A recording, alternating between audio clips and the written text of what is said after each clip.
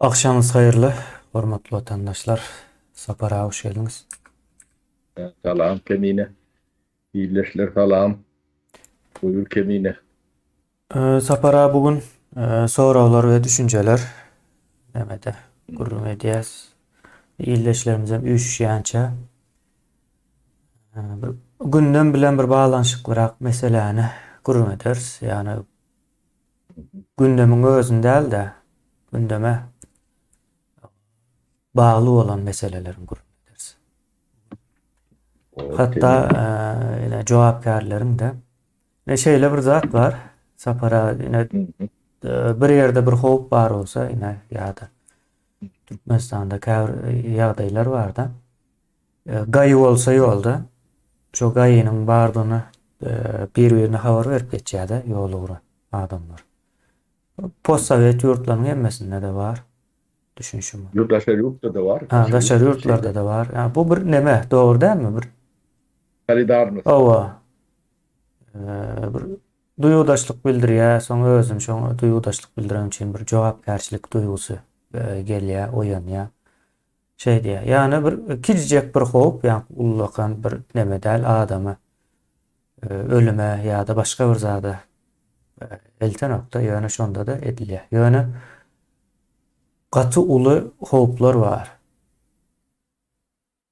Sürücülerin cevapkarçılığından has ulu cevapkarçılığı olan hopları bilen adamlar var. Şimdi Türkmenistan'da da şu zatların gurun edilen nokta bizine kavr demeleri gurun ettik ne mektep muallimleri internetin yapıklığı ondan son yine türmelerde nämenin bolup geçýändigi tutsahanalarda sonra yine din neme tarap varsa para yine men özüme aýdyp bersem ne belki de şu alınıp barlayan işlerin içinde en gowy bilýän tarapım din tarapıdır. Son şunun yani hoplu taraflarını bilýände hoplu taraflarının en esasy dini cemiyetlerde kanun ihtiya son adalet ihtiya ya da adalet kanun ihtiya şeyle bir neme var da sebäbi o dünya goýýarlar Allah'a tapşyrýarlar. Maňa göre en ulu howpy şol dinlemäniň ýogsa beýleki tarapları olayam köplen şahsy nemede öwrülip bilýär-de ýa-da geçip bilýär. Her kim özüni gorasyň diýerdim. Ýöne bu taýda köpçülikleýin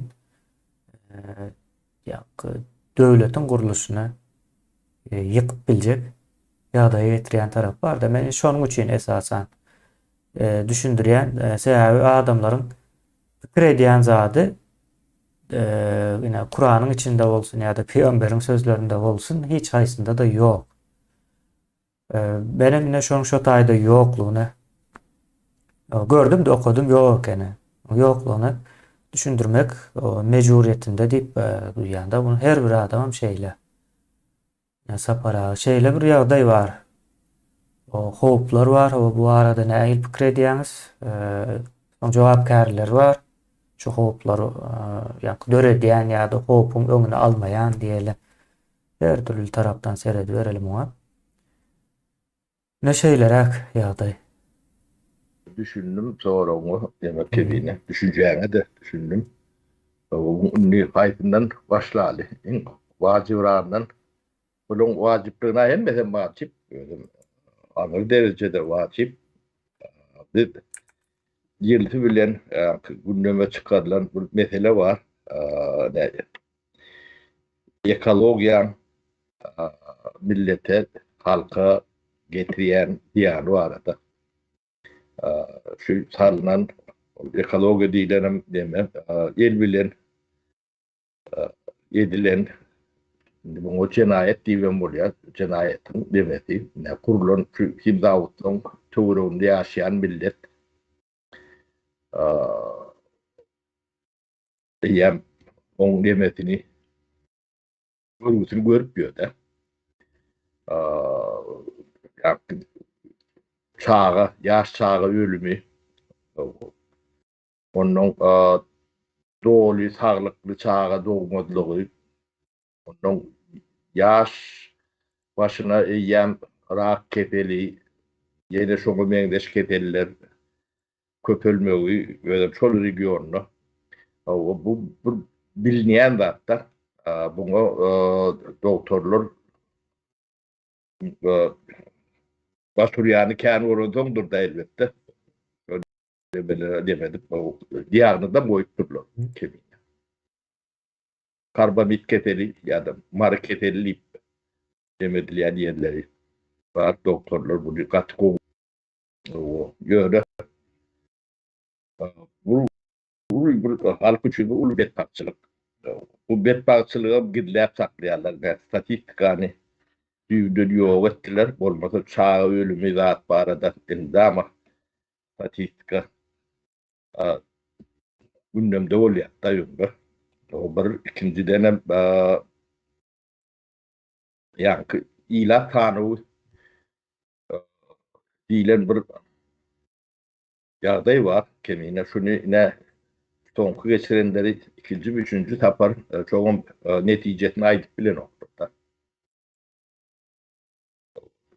Yani Türkmenistan'da belki de kırılıp yatıp uçorondur.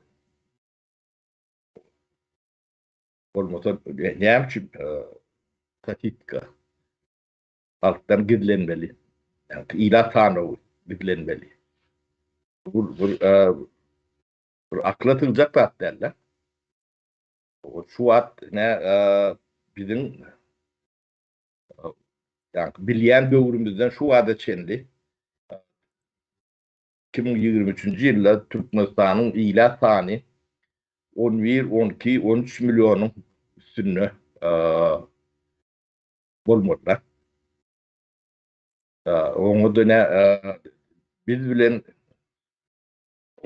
dengrek tanlı devletlerin demelerini teyredip demediyesine İsrail biz bilen destemdine 94. yılda 4,5 milyon tarafın fırınlara. O bizim yönü çağa doğum nemeti köpürekti. Sebebi her başkalar 4,5 adam düşüyetmedi. Statistikaları kovul yedim şu doğum nemelerine. O İsrail olur şu 9,5 milyon. Onun yine de bir de dengrek Azerbaycan vardı. Azerbaycan şu an 13 milyon. O Özbekistan yani bir kette köpürlü şu doğumdan beri. Tacikistan'ım şunlarla. Yani Türkmenistan'ın adam sanının ne yaşadığını bilemiyoruz. Biz yönü tatmin edip 5 milyon diyes onu 5 milyonun bir ok olmadılar. Onun hem beceti yankı yaşayış durmuş şartlarının yankı onun ekoloji şartlarının demeti bilen yankı ötüşü ters taraf alıp var da bu milletin ulu tragediyeti.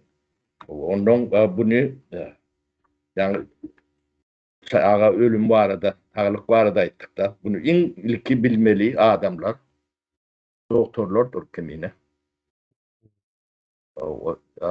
Bunu gündeme çıkarmalı şolordur. Sebebi demek işte ön bilyen hüneri oyuncuda, mesleği oyuncuda. Böyle doktor diyen demeler Hipokrat'a katem edip mesleklerine başlayanlarlar. Bunun yani meslek borcum vardır. Dünyanın tanrılık borcu demet bende de. Yani bir Türkmen doktorunun demetinden tez çıkan o katı ayrılan stat ya şular bilen bile şerik deyip düşünmeli ol ya başka demeye yetip bilemiyor da. Şu bu neleri ediyen bilen sesini çıkarmayan en günahkar belki de kat günahkar. Diyecek yanlış olmaz. Bunu cemiyet buna da baka vermelidir. Onun muallimler var. Onun üstüne kendi at düşendir. Onun etmiyorun zatları belli. Onun çağları doğru doğru bilim berip bilmeyenlerini ilk bilmeli adamlar şolor da. O yani mektebin içine yani tiyatro propaganda girmelerlerini ilk bilen adamlar şolor olmalı. Onun meslek demedi, ahlakı konu talep ediyor da. Yani o da onun dönem set yok. O bunun neyle düşünmeliğini şimdi halk karar verdin. Bunun dışında halkın tayladı, bizi halk tayladı deyip gören bir topur deputat vardır. Halk taylanır orada halkın derdini bilmeli adamlar olur. Ya, son için olur yani halkın adabı deri bilen Yunanca pullarından şolları takla oturdu. Aylık alıyorlar şollar. Olur gündeme çıkarmalı bu meseleni. Sonra o bizim telpek katlağımız var. O şey at bereli. O, ne in yukarı kuruluşu kurulması değil ya da o, in ulu cevapkarçılık dinlemiş olur olmalı. Onlardan çıkıyor. Onlara yani boş telpek olmalı. O telpeğin aşağında kellen ya beynin yoktuğunu şu propagandistler bilen olmalı kendine. O telpeğin aşağında lokan bir işleptir o. Bir ne diyen kelle ya beyin olmalı hem kendine. Sonra ulanıyorlar da bulur. Ne bu yani bir cemiyet bulur o. Yani siyasi hem hukuki taraftan baha vermeliler kendine. O.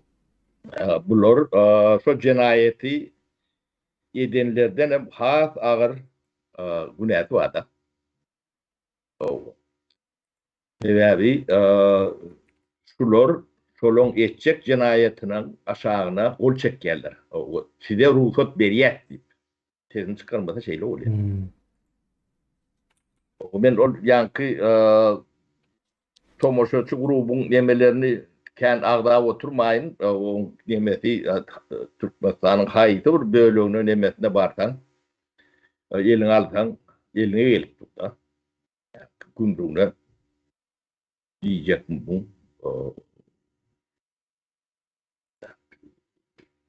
Hava yollarını diyecek mi? Gidip gidip paraya da bunun sonu yok.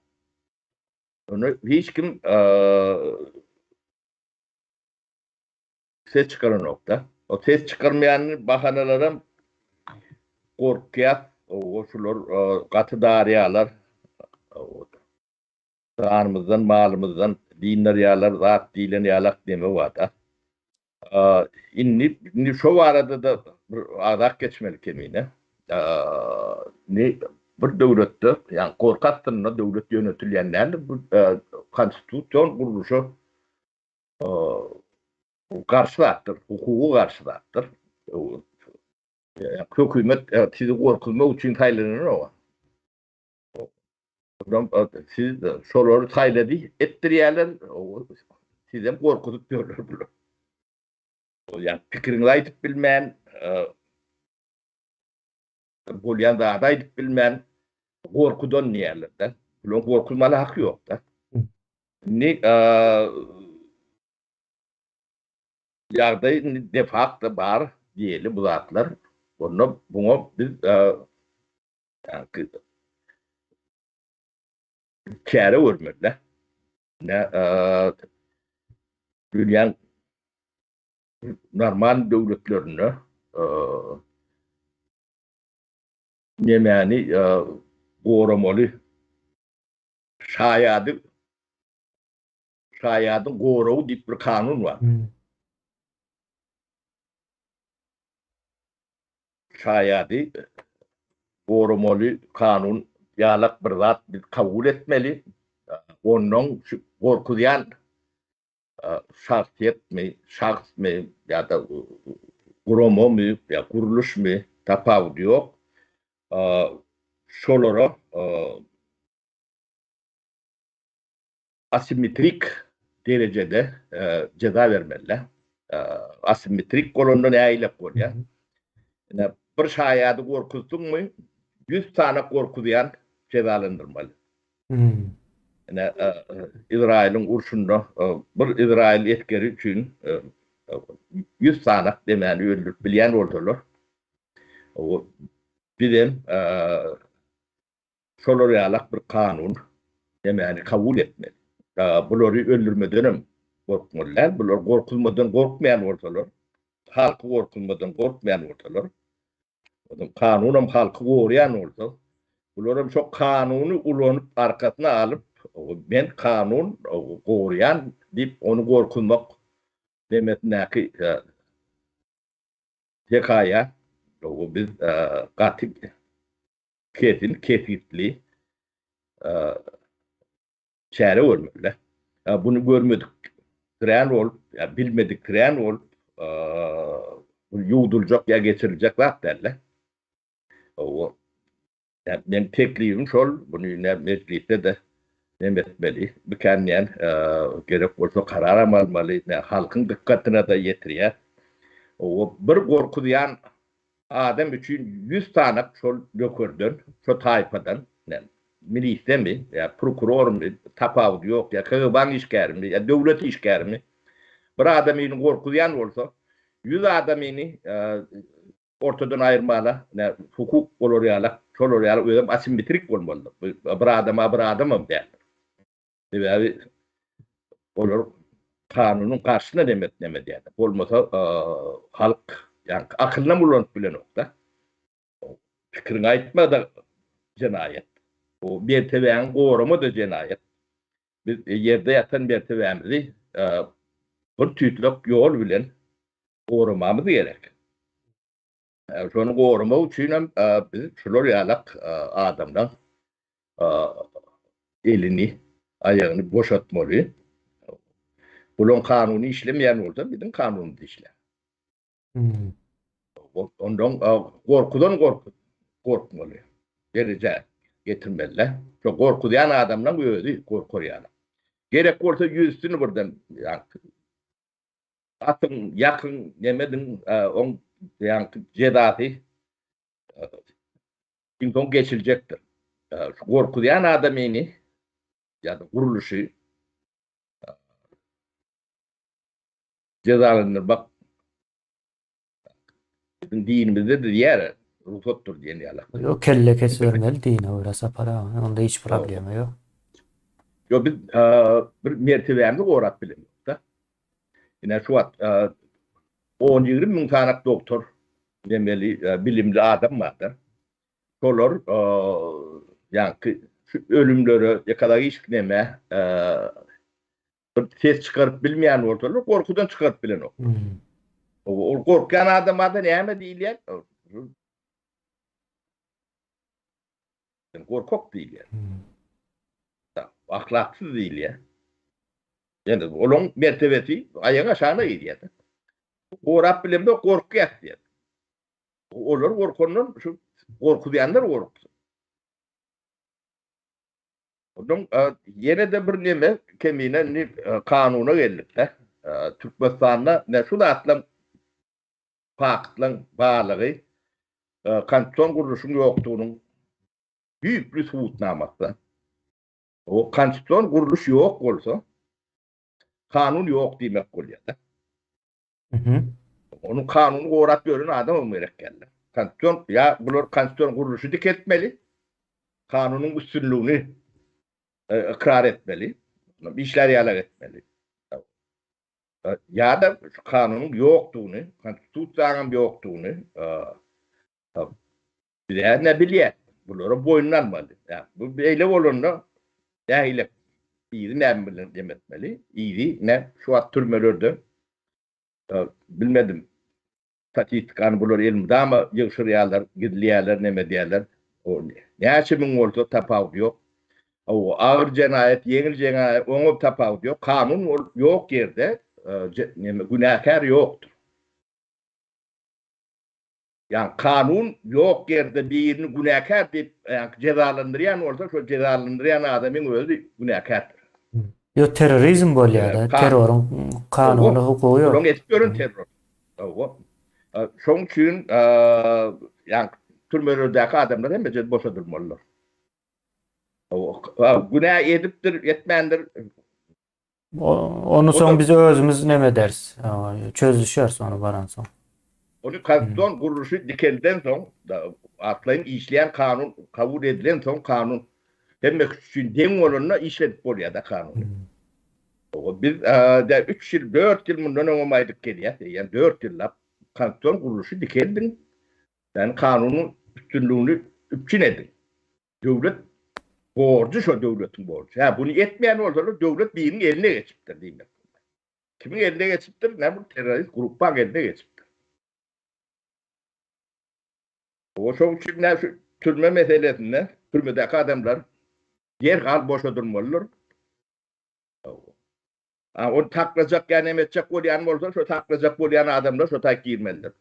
İçindekilerim şöyle taklar gerek olsa içine. Yerini çalışmalılar. Ben yine düşüneceğim şeyleri eklemeyine. Bu direti kimin gönlünde yaran yok, onun halkın özü demetmeli. Ben fikrimi aydiyem. Bolmalı da direti yanlış mı orada? Ne taparağı yanlış. Tutan yanlış değil.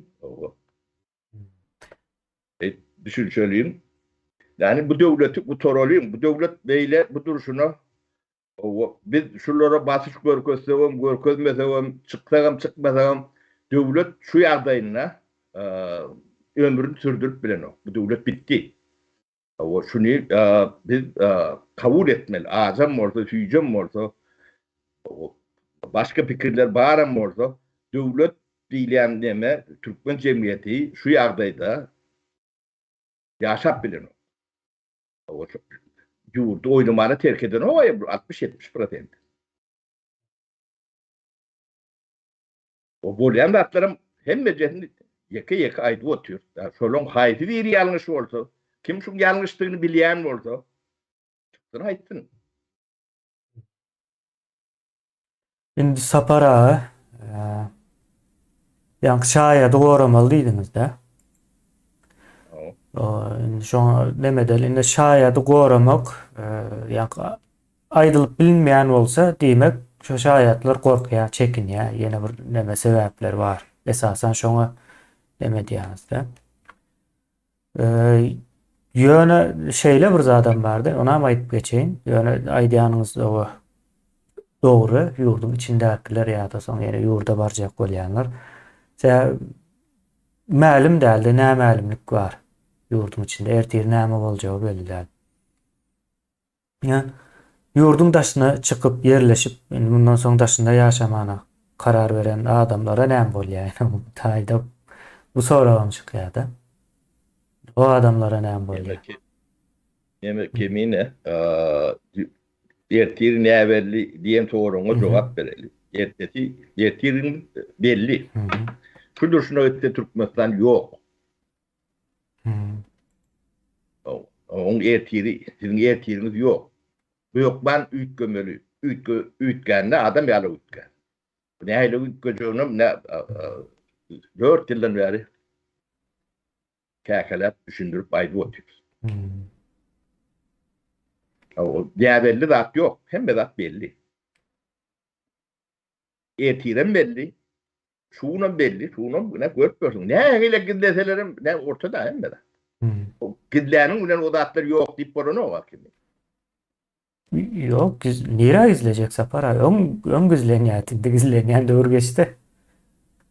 Yok, gidleyenlerine de gidecek yerler. Şular bir sesini çıkarman, bularım gizlesin. Öz başını koyuverende de gidecek yerler yok. Durdu. No. Halk çok için daşınlar. Daşınlar halk mecbur yağdaydı içine giyirmeli. Bunun olmasa ertireyen giyiriyorum diyor. O giyiren son gidecek yerleri yok. Bu çağırıp götüren o mutay. Ki iştadı götüren o. İktisadiyetin götüren o. İnvermen ağıtuğun götüren o. Ekologiyetin götüren o. İştadı götüren o. Hiç zat yok, altyapı yok, sağlık yok, bilim yok. O idare de edip bilmeyenler. O yankı gatıken Afrika yurtlarından deme de izde kaldı da şu an.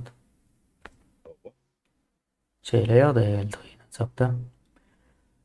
Son indi neme geleli. Ne yurdun içindeki şayatlar vardı. Korkuyamış yine neme diyemiş. Dik bir öne korkman malumat verip verenlerim vardı. Yem neçi. Vaktan beri. Yo, biz doktorlardan Hı hı. başladık da bir doktorun çıkıp Türkmenistan yazdığı Floryalıq diyeni nene demedim o. Başka da atlan gurum ne diyeler? Doktor haline. O doktor hallarına Hı. o yani çağ ölümünü, o çağı kefelini, ondan şu taydaki ekologiyadan alayan kefelleri, o daha çoğu da bu da etaklarının içiyen tuğları adam kırıyara. Hı. Onun orta ömrü 45'e daha da yetiptir diyeler. Tutmadan için. Ma. Şu da atları doktorlar etmeler. Hı. Taparağaydı otursa bunları utanç değil mi? Onda bular bilmeyen olmalı doktorluk işin nemediğini. Yok, o bilmeyen de çocuğa diyelim bilip oluyor da. Benim de çeyrek bilimim yok, doktor Hı. bilimi. Burada hemen orada da çeyrek bilimim var da. Ha. Onu kepeği görün doktor değildir abi. Onun ya firmanın adını biliyorlar deyip eşittim ben. Yazıyorlar o dermana yazıyorlar. Hı. O da benim Hı. bilmeli. Katı ütköşük buraya da sapara. Bu demede. Indi esas yerine geleli. Bunu katken gurrun ettik de adamlar yine akademiyada, yukarı okul yerlerinde e, ne çıkıp aydan oklarda şeyle diyorlar deyip onun tersine internete girmeler, onu etmeler, bunu etmeler deyip kaviz çıktı. Kol çektiriyen ekenler. Bu näme diýmek bolýasa para? Yine şu ýagdaý o döreden şu ýagdaýy yankı okuwçylaryň üstüne yüklän molimler ýa-da jogapkär nemeler diýeli ýokary okuwçy aýlarynyň adamlary o näme bolmaly? O bular nähili neme berilmeli? O ceza verilmeli. Ceza diýmek sapara garşylyk diýmek aslında manysda. Nähili garşylyk verilmeli olara? Näme etmeline bu adamlar yurda baran soň? Yurda bardyňyz o iň az 2000-3000 sany ýokary okuwçy aýynyň nemeleri boljak da. Einsteinler boljak sapara öňüze çykjak bir giden. 10 ýyllap, 20 ýyllap tahyalja galstokulja okuwçylar okadan. Näme etmeli bulara? O taparağadan sorasan ben ýoňa aýdypdym. Şol o ne durulnar batam bular başgalarda ýaraýanam duruydum ok menen. No sapara o nemäni kışkı nemäňize geçipsiňiz, ot ýakyp başlapsyňyz ýene de. O şu demek bolar buňa da ýarak ýok. Oňa da Ýylgy ýokdur. indi sapara ýene o taýy şeýlerini men bir müftü diýeli. Türkmenistanda bir näçe müftü geçdi. Doğrudan men din tarapyndan mysal bereyim. Müftü geçdi. Indi men Kur'anyň içinde näme ýazylandygyny bilýän.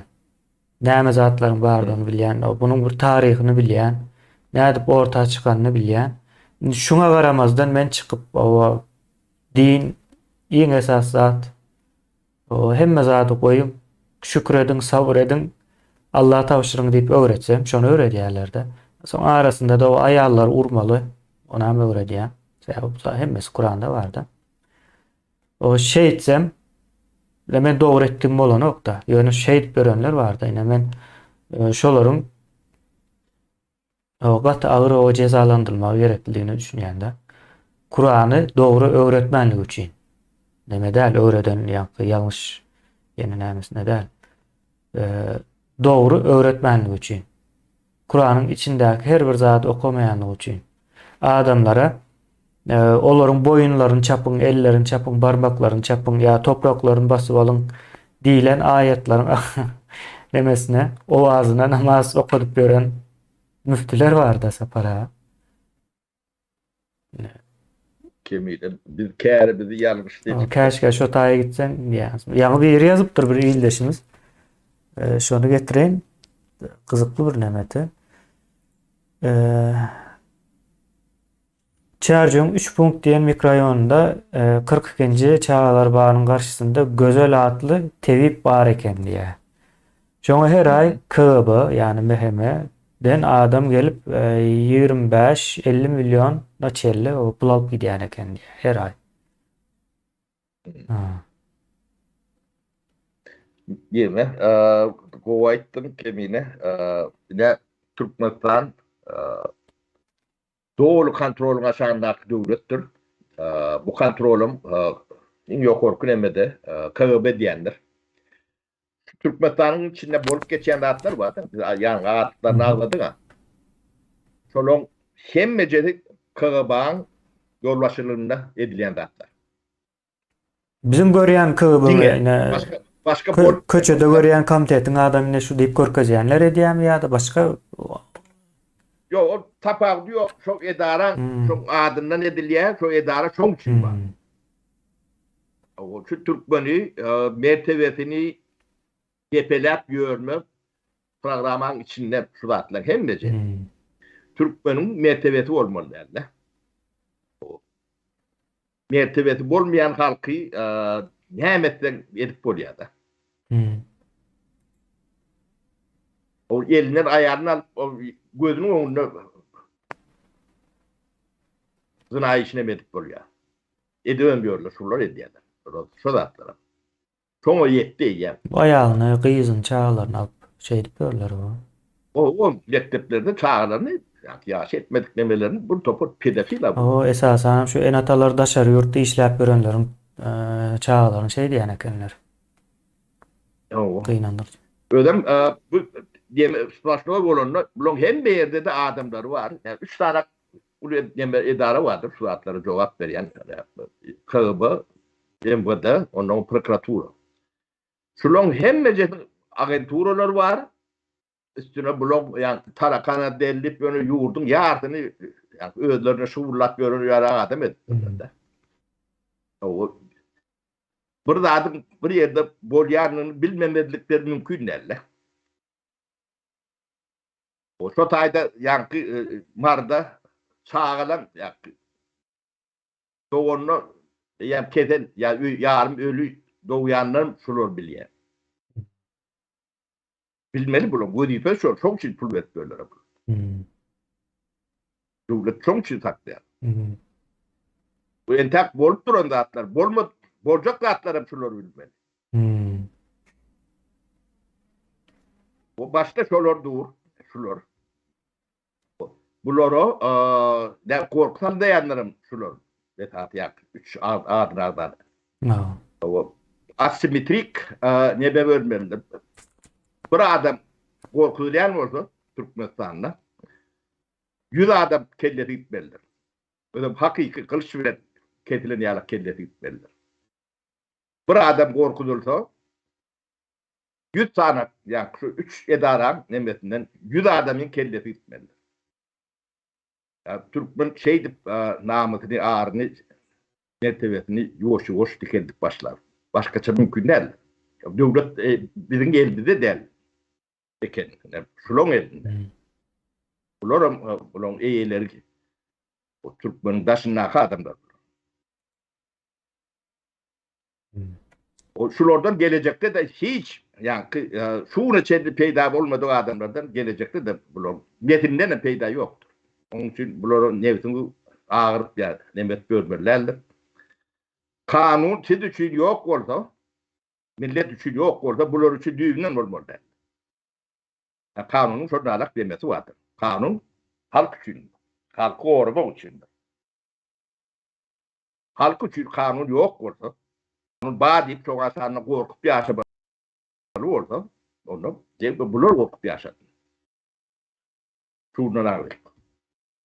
Yok biz bunlara terörist diýäs, o gem görýärler ýöne sapara. Terörist hakik edip gören işleri. Yani Düşmedik olan Ha. oluyor.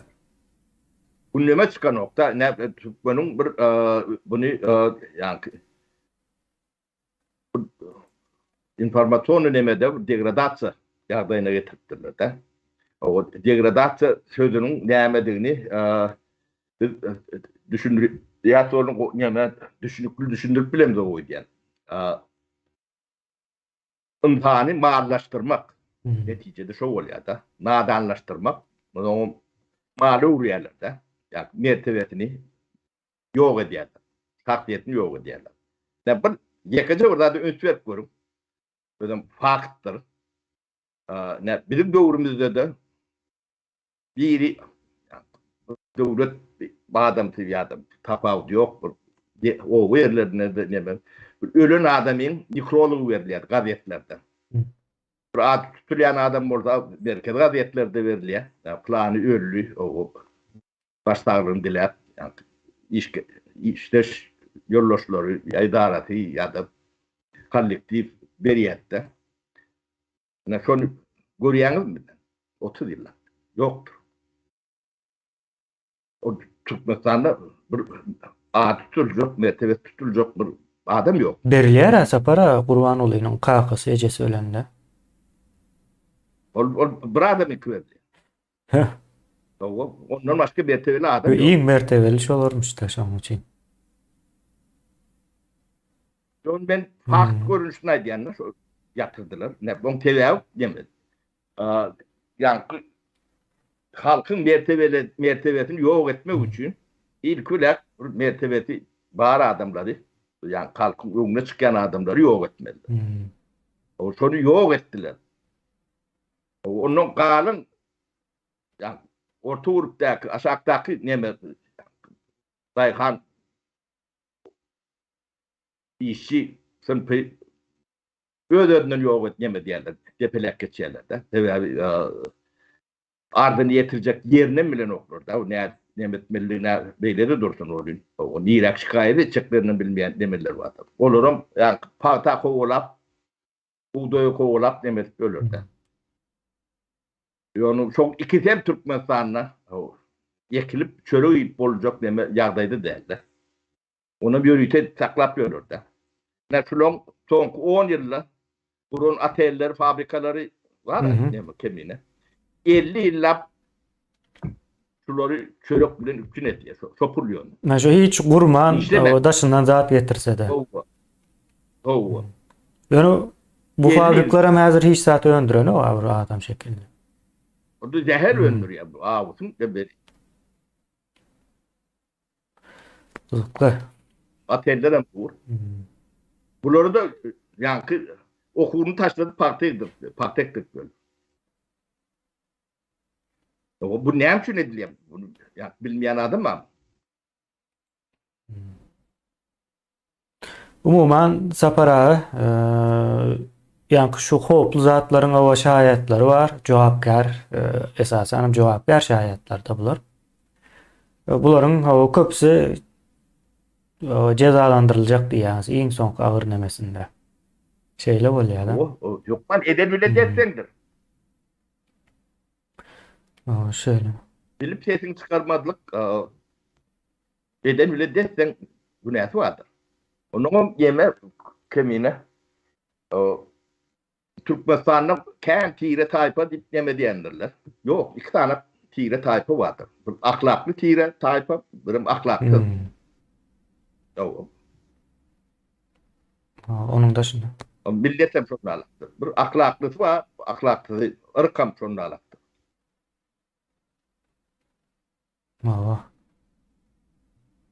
Bunu o taylı bu taylı nemelip o karım gazım edip o bir zatlar demet çok adamlar uymayacak bu yerlerde.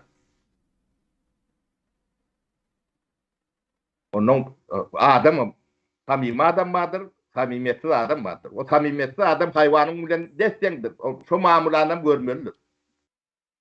O samimiyet Türkmenistan'da 30 yıllık bir yalanın içinde adamları yetiştiriptirler. Yalan sözleme ayıplattıramıyor noktalar. Ekranlar yalan sözlüyorlar. Hiç nemesiz. O da yarın sözlerini günah üstünden yani balanı ettukan ayarını tutan da yok. Olmadık ya kadarlanır da. Hı. Tinet koruyan mı? Hawa sebäbi sapara ýaňky nemäniň ýalanyň cezalandyrılan ýeri ýok da. Şu yalan nemes bar ha. Şu cezalandyrylmaýar. Baytam dogruýyny aýdan wagtyň cezalandyrylýanlygy üçin o şu ýagdaýda bolýan zatlaryň Yok. nemes şoň bilen baglanyşykly. Başga zat däl bu. İyileşler toru var mı kemiğine bir Kıymadan. Ýok, ha, şu Evet, wagtda konuşma. görünen ok soru. Şeýle.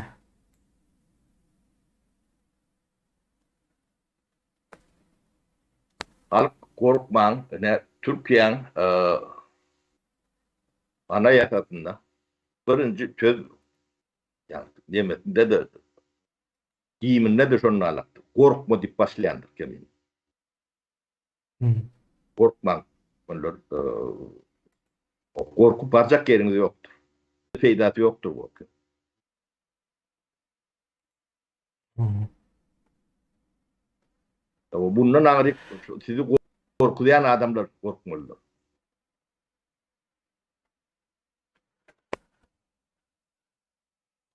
Soru ýok.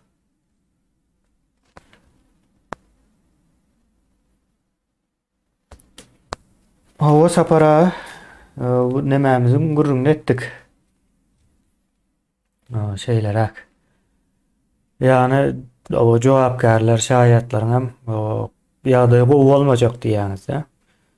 Ve bunu nädip düşündürseň hem sapara bir bilmedim men ýetene okýalak görünýär da maňa. Ýa-da gowy düşündirilip ýa-da gowy aňladyp bilemjok bolmagan mümkin. Gaýta aýlanyp o düşündirilmek gerekli mikä diýip näme bir içimden geçýär-de şoň üçin. Türkmenistan ýanky nemede ýarym galdy. KGB-nyň nemesi bilen edilýär diýdiňiz sapara.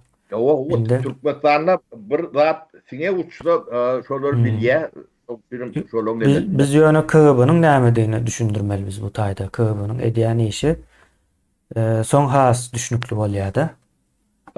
Ortaýadyň filiali. Ha. Yani KGB'nin filiali Türkmenistan. Yani Onun düşünmesi katan indi o näme managa gelýär? Ýani o Türkmenistan bir koloniya. Ha. Ortaýadyň koloniýasy. şonuň üçin hem biz şu ýagdaýda diýýäňiz-de. O bolmasa yani Türkmenin KGB'si bolup Türkmeni Floriyalak ýedýärdir. O soň Yani bilinçli bolup Floriyalak ýedýärdir. etmez elbette ýanky etmez. Ine Türkiýede has ütkeşik adamlar bardy-da. Her türlü ýanky şeytanlyk edip biljek sapara. Ýurt özlerini kıwan üçin kennemeden okda. Yani Türkmenistan'da Adamı görüp durar. Türkmenistan'da öyle değil.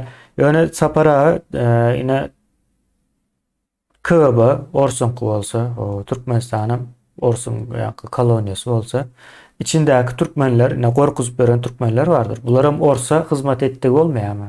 O mecliste de gurrun edildi. Yani biz şu ýanky düşnükli ýagdaýa getirmedik de.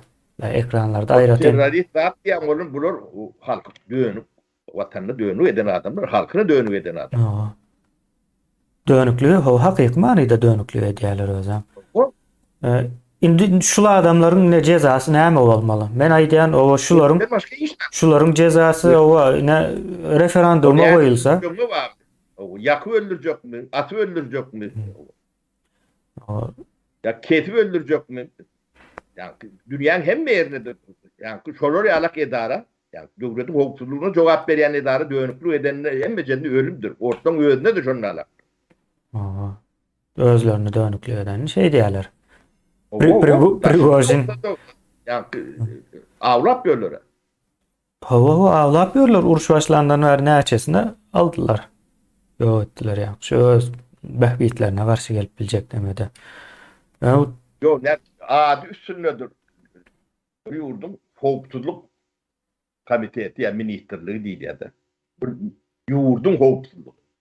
Şu yurdun hoksuzluğuna sen dönüklük edersin denin. O sen yani, ordun takarlarından. Hem yerde de ölümdür. Amerika'da elektrik sorunun üstüne otur diyorlar. Ma dönüklüğü dene. İşahır. O bu vatan bulonku değer yalak hareket ediyor. Açık gördüm. Hiç rahat nemeden okur tevavi. Bu halkı mertebetli defeler mağarlaştırdık diye de. Bitirdik o buların diyor yok. Edemiz etmeli. O yok. Yani bunlar mal mertebeti yok. Onu yani araban bilmeyenler. O mertebetini arayacak adamlara da yarlık basıp bu topor propagandistleri yani tarakan nemelerin üstüne kuşkurup yani ınamdan, iktidardan düşürüp o halkın önüne çıkma diyorlar. İtlerem kendine bulun. Şevçi değildi, çavuşu değildi bulun. Çoğu mendeş, ben jurnalist, ben neyme deyip görün. Çok görüntü çok deme. Onun şu dışında bir yerde bir gururun etmeli daha. Ne? Bu işler kim kardini diyen orada? Yani kimin kaloniyası orada? Şey divayden düşünüp bu olur ya da bu kaloni adını koyun oklar koymane diyorlar da. Yoğunu Vulyaniye diyorlar. Yani, region Vulyaniye şey böyle şeyler de dünyanın. Ne şolor iki tarafım şolor taklaya da hem apadist yani hem yani padist de daha ne mani. O tevavi mecbur. Yani apadist tanım kan demetmeli. Monitor detmol. Kardinal detmol. Olmasa ne bu bulor yıkıldım da etti bulor gelmeli. Bulor gelende şolorum kontrollü taklamalı. Çünkü iki tarafından şolor işleyendir. Yani ors ne ön apadikler hem beceri ors dililir. Yo önkü değil sapara şu geçen çıkan vaktam Ors dilinde çıkmadılar mı? Ben ha dedim yankı Sovet Soyuz gayet geldim kendi o sazlarını görüp. O hem apadikleri yani ors dili ödem yani elmada monitor dediğindirler. Şolar içindedir. O biri yani insan hakları koğuran ort demediğindir. Yine ekologiyen koğurat demediğindirler onu yönü. İki tarafım kardini izletmeli. Onun hem becesi yani Türkmen'in kağıbası bilen bağırlaymak yanlış ort bilir. Yani, o tay yani güp demesi köküyle demeli. Türkmenistan'dakinin kıbı mı değerli hem ne belli aslında bir taraftan. Yani o O gene ulan onun filiali. filialı o yani hakiki kıbının demesine o neme diyelim. İnisiyativası yoktur o tayda diyecek olayan da. Kemiyle ana bir cemiyetin informasyon demesini kesen ton, bir vakumun içine talan ton, olurum şu vakumun içine o daşından Mars'tan getirip kağıba işgal alıp bilmeyenlere. Halk degradatsa tedavar edilen orada çok içindekilerin böyleleri diye çağlarını sen degradiyim de diyorlar. Görüp durdaşından da Türkmen kağıbasında ya da İslamlık vazifeli adam yani ekrana çıkıp gurröt koray vermiş. Yo görünüp doğru sapara näçe adam bilen gürleşdi şu neçeli gürleşýär türlü adamlar bilen o görünüp dur bir kısan sözlemden soň adama göni baha berip bolýar. Nähili ýagdaýda. Halkın saylat dip görün deme prezidentiniz iki söz aýdyp bilen. O iki söz näme hiç diplomy ýok, garaýyşçy türkler bilen oturup içýän ekenler sapar. Son serhoş bolandan soň saçyndan tutup neme kızarıp näme diye prikol tutýarmyşlar da olan waharel kızarýan eken serdarym görgüli. Şonam o prezident etip koydu. Onam Türkiýede ene garaýş edip beren bir türk aýdyp gülýär. Diýär prezident etdiňiz ýöne şeýle adam buldy diýär. Oturup içýärdik biz bunun bilen diýär. Niye yani Ahmet Çalık var. Yani Niyazov'un Yaçil konsultantı olup O tageli Şu olsun. ölýän çädi ýeli. O. Şoňa ýak Erdoğan'ın kuşu da bilim yok. Erdoğan'ın diplomu tanıyor ol, bunka diplomam yok. Yalandan diplom yok. İlk gelenlerine iş veremiyor. Tanılayan, demediyen bir firma da değil. Araz bularyň hemme süplü ekende onda. O. Hmm. Çünkü hiç rahat görmedik. Dinleyemez. 30 ýylym şeýlete entegem şeýle. Ente bugünlere hasa merwet bolmak mümkin. Adam çüprendir bu. Aa, O tabancı diyen var. Yani institutu utor prototip var ya da birinci obyektler. O demedi, yozbaşına obyektler yoktur. Demo kayıtı firman demesi bir menajeri olmalı. Şantiye şefi alak, oraya alak burada. şu balykçyny uzakdan tanar diýişýäli bularyň kam şeýlerek bolmaly sapara. Şeýle bir soraw ýazylypdyr sapara. Bilmedim ama siz mi jogap berýäňiz? Illeşlereme soralypdyr ýöne.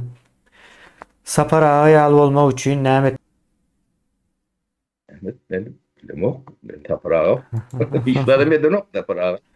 Adam yalak orta grupta. O göğsünde işlemeli. O şu şeytanlyk bolsa sapara görýän zatdan köpsini aýtmaýanda özünçe bir içki o siýasatyny güýçlendirýän bolmaly. ilki ödün bilen barışmalılar. O ödün Allah'ın mı ya Allah'ın o. Yani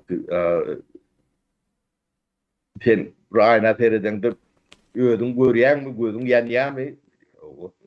Ödün görýän bolsam onu yem oğuy. Aranda yine de bir kuşanak ödün alak. Tek patında adam bağ olsa işiniz kıyın. Şu arandaki nemeni ayırmalılar. Samimiyet. Ödün Allah görün bolman. Ödün ilk plak ödün bilen demek. Kişilik bozukluğu gatyly bizde. Şo. O ödün bilen barşan soň ondan tapara ala adam türü. Fikir ediyen de adın ayda. Şeýle bir neme var sapara. Diplom alanmakdym demetdim de.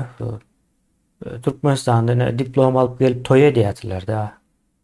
Uldan ulu ay diplom var ýene näme diýip soň bir näçe ýyl işlämden soň para alypdyr ýene näme diýipdir diýip türmäge gidýärler. O taý aýry bir mesele. Soň şeýit gutarýardy. Soň men diplom aldım sapara. Ben dedim hiç zat bilemok dedim bu diplom näde berildi. Hakykatdan hiç zat bilmedik ýaly duýýarda adam ýa 4 ýyl bir hili kızgalanlı, hareketli o döwürler bolup geçýär ýöne. Eline diplom berilen wagtda edil hiç zat bilmedik ýaly. Indi men näme etmeli şu diplom bilen bir ýere barsam iş edip bilermi diýilen. Sonra çykýar da o toy edýänler soň ýadyma düşdi. Bular diýdim näme hasany toy etdikänler diýip. Nimet kemine üniversitet okunar berýändir öýdäw düşünje neme berýändir. Направление diýen ýaly. Onuň hemme zat praktika bilen gelýändir. O praktika diýilen adam sizin baýlygyňyzdyr. Ony demekçi kazanacak diýse de kazanıp bilen nokta şu nimetini geçmesek işi görmesek diýende etmän demek bolanok. O işem adamın göwrümni, şu işin göwrümi adamyny göwrümli ýeňil diýendir. Bilgi demedinde. Tecrübe diýilen zat gatul lokan zatdyr. Armiler vardır. Yemeler. Uruş demedinde. Uruşu gören armiler bilen hiç uruş görmedik. Armin arasında yer bilen gök galak tapawut var.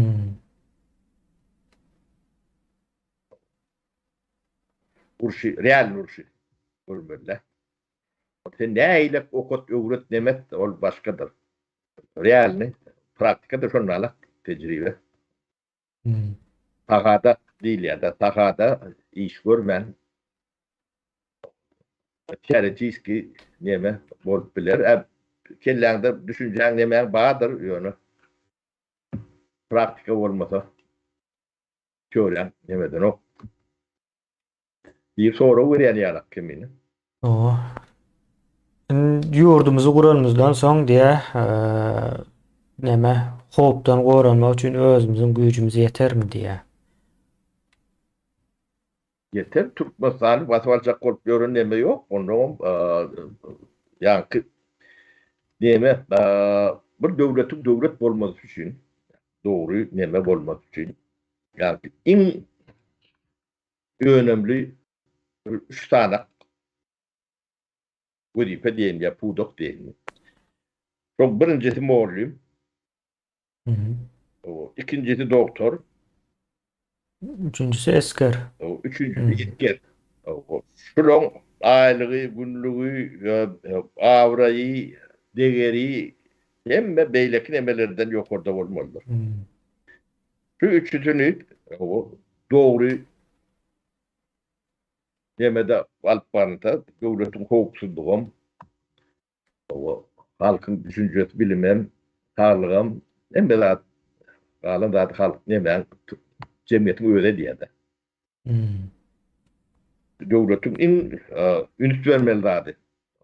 Şoň içinde birinci muallim diýýän. Muallimin nämesi statusy cemiyetin içinde de aylık günlüğüm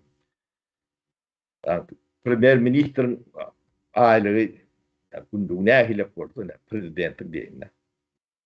Statusy şoň bilen deňer çär bolmalydyr. Muallim näme?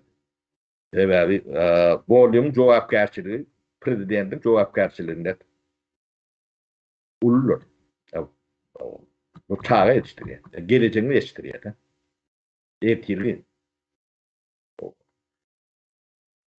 Ertirin onuň durumu esbäken şuurun bolýar da.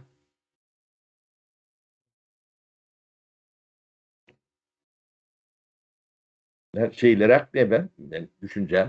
Täze tutmasanla şeyle or. Bizim ýa-ni dinleýän bolsaňyz bar demämiz nemedir?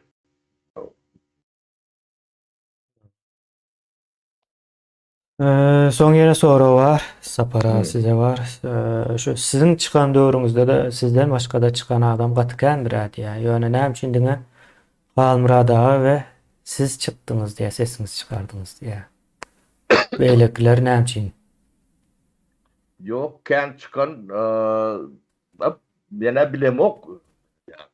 Öyle baga sataşyp börüne yoktu. Onu giydirek çıkıp başladılar. Yok yektik. O demede.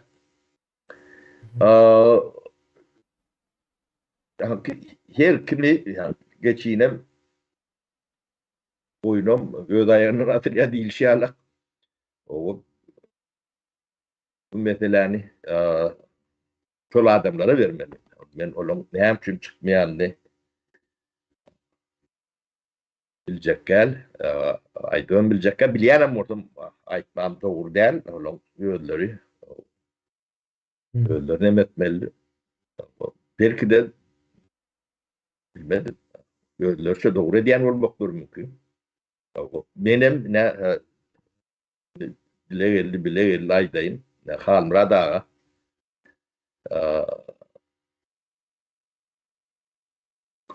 kaşamadık bolsa, gıcıklamadık bolsa meni, ýa-ni çıkarmadık bolsa, o benim çıkma nebem ýokdy. Dogrucam aýdaýyn. Sebäbi Bundan soň hemme hüjümler Galmurad aga gitdi. o maňa günä bildirenleri rahatlary hiç hatta onu nemedem ok. Guruma da alamok. Bizim bir eden ömür kän işimiz var da. Bizim yüreğimizi, canımızı, sağlığımızı, zekinimizi, hemme adımızı orta koyup ettik de. Yani böyle ulu inancımızdan vardı, nememizden vardı. Şoň üstünü depeläp nemetdiler şol gaty agyr diýdi maga. Iň agyr degen nemeti şol. O ömür kän uly zat etdik. Onu yani neticede mine gördük. Şu bolmasa nägilek bolýan indi şu at çoğunu dolanıp barmar bolýan. O wagtky şertler indi dolanıp barsaňyz tapmaýan has agyr o asandy yani bilgisiz adamlar bilen dikip ber bolýar. O ödem biz döwletden pul alyp etmedik kimine inanmazsın. O döwleti bir ýerine bäş köp şu bize büdjet göwerilen ýerim ýokda. Beýle de bol binam nemelik bir bolor kanif neme diýär, gaty neme diýär. Şoň teri işlerden bir özümüz tapdyk da. Onu biz yani şu atkylar kıyalak düýümde salyp bilýärdik bu. Köpüsem ben öz uzun şirketim üstünden geçen pullar. Reforma diýmek bu döwletin reformasy diýmek näçe milliard dollar durýan. Biz adam ýalyk aýlygymy da ýok. Döwlet ýa-ni hiç ýerde şoňa ýa-ni büdjetden pul göwermeli diýilen ýerim ýok. Bularam deme. Döwletin başynda oturanlarym bu zatlara. Muhtu özünden bolýan ýalyk demedi ýa-da. Onuň şu ähmetleri 4-5 sanyk jahil gelip telpe bilen tiýip deme talkym çapyk çalpýar. Onuň biz näme pikir etmeli? Şu adam ne edip ýörse bolýan, elinde aşağı şanı oýan adam ýok. Bunu bilýär, başlandyda bilýär. Ýöne edip biljek adamlar kän, şolaň içinde diýirleri, sen ýalyk bir kanakdyr kändäl. Bu da toňk şansyňyzdyr. Bular ýalyk şey nemetjek başga ikinji taparaga ýalyk bile bok çykarmy, çykmazmy? Sebäbi tapara aganyň ýene şolary da nusga edersiňiz, etmelilerligini düşündirer ýalyk. Şeýle nusga eder. Onu bir garaşyp görelen edip bilýärlermi? Edip bilseler soňra ederiz. Yok ben 30 yıl garaşdypma, hiç de edip bilen oklar. Gelen ýeriňizde mine görüp bura. Yo yurt elden gidipdir diňe ýalanjykdan o taýda nemet görler. Hamala bir yurt bar ýaly, halk bar ýaly. Hemme zat bar ýaly, ýöne ýok, sapara. Ýurda barsa o ýolum ýok, neme de ýok. Geçen ýazypdyrlar da. Ne diýä o yazması ýöne aşağında o sebäplerin gurumy ýok da. Mara barsaňyz diýä giýje ýola çykmaň diýä. Giýje ýola çyksaňyz maşynyňyzy aýalan ýa diýip ýazypdyr da. Şoman edi. Näme üçin ýol ýok? Ýol ýok. Ne? Dinçlik gatdyňa. Bar ýaly ýöne ýok. Hemme zat şeýle. O mektep bar. Bilim ýok. Hiç zat öwredilen ýok. Yani Adalet Ministrliği var, kanun yok, kanunun yok yerinde Adalet Ministrliği'nin näme peýdasy var? Ne şeyle nemeler vardı yani kanun. Aydım o sakna demedip yani fasat değil ya da şu fasadını demedip hem medat bolýandyr diýerler bolýan diýler da. Ya hiç bir yerinde de yok. Yine şu gün bir neme haber verdiler de waýenlilerden berdi bunu. Aşgabatyň içinde işläp gören waýenlilerden. Gündoğduýew Goranma ministri bu şu velayetden gelen waýenlide işleyen adamlar var diýär maşgalasy bilen. Şolary propiska edilmegine kömek eden okmuş da. Propiska bolmaly işläp görler o taýda ýene näme. Soň şey edip üýüşüp nemet berseler velayetden gelenler eşeğin pelanyny isin diýämiş de. Ýa ýakynda bolan gurrun bu. O pratika näme üçin gerek? Sapara Türkmenistan neme de ol döwlet ýalyk görkezliýär ýöne döwlet däl ol agyldan bu agyla geçmek üçin käwr agyllarda da köprek ot bolýar da. O taýda da ýürüýte näme özlerine peýdaly nemeleri yetiştirýän bolmaly da goýunlary. Payok veren oklar. Howa payogan beren okmuşlar. Onam şey diye. Onam aýtdy ýa-ki payogam alıp bilemzok bu taýsy.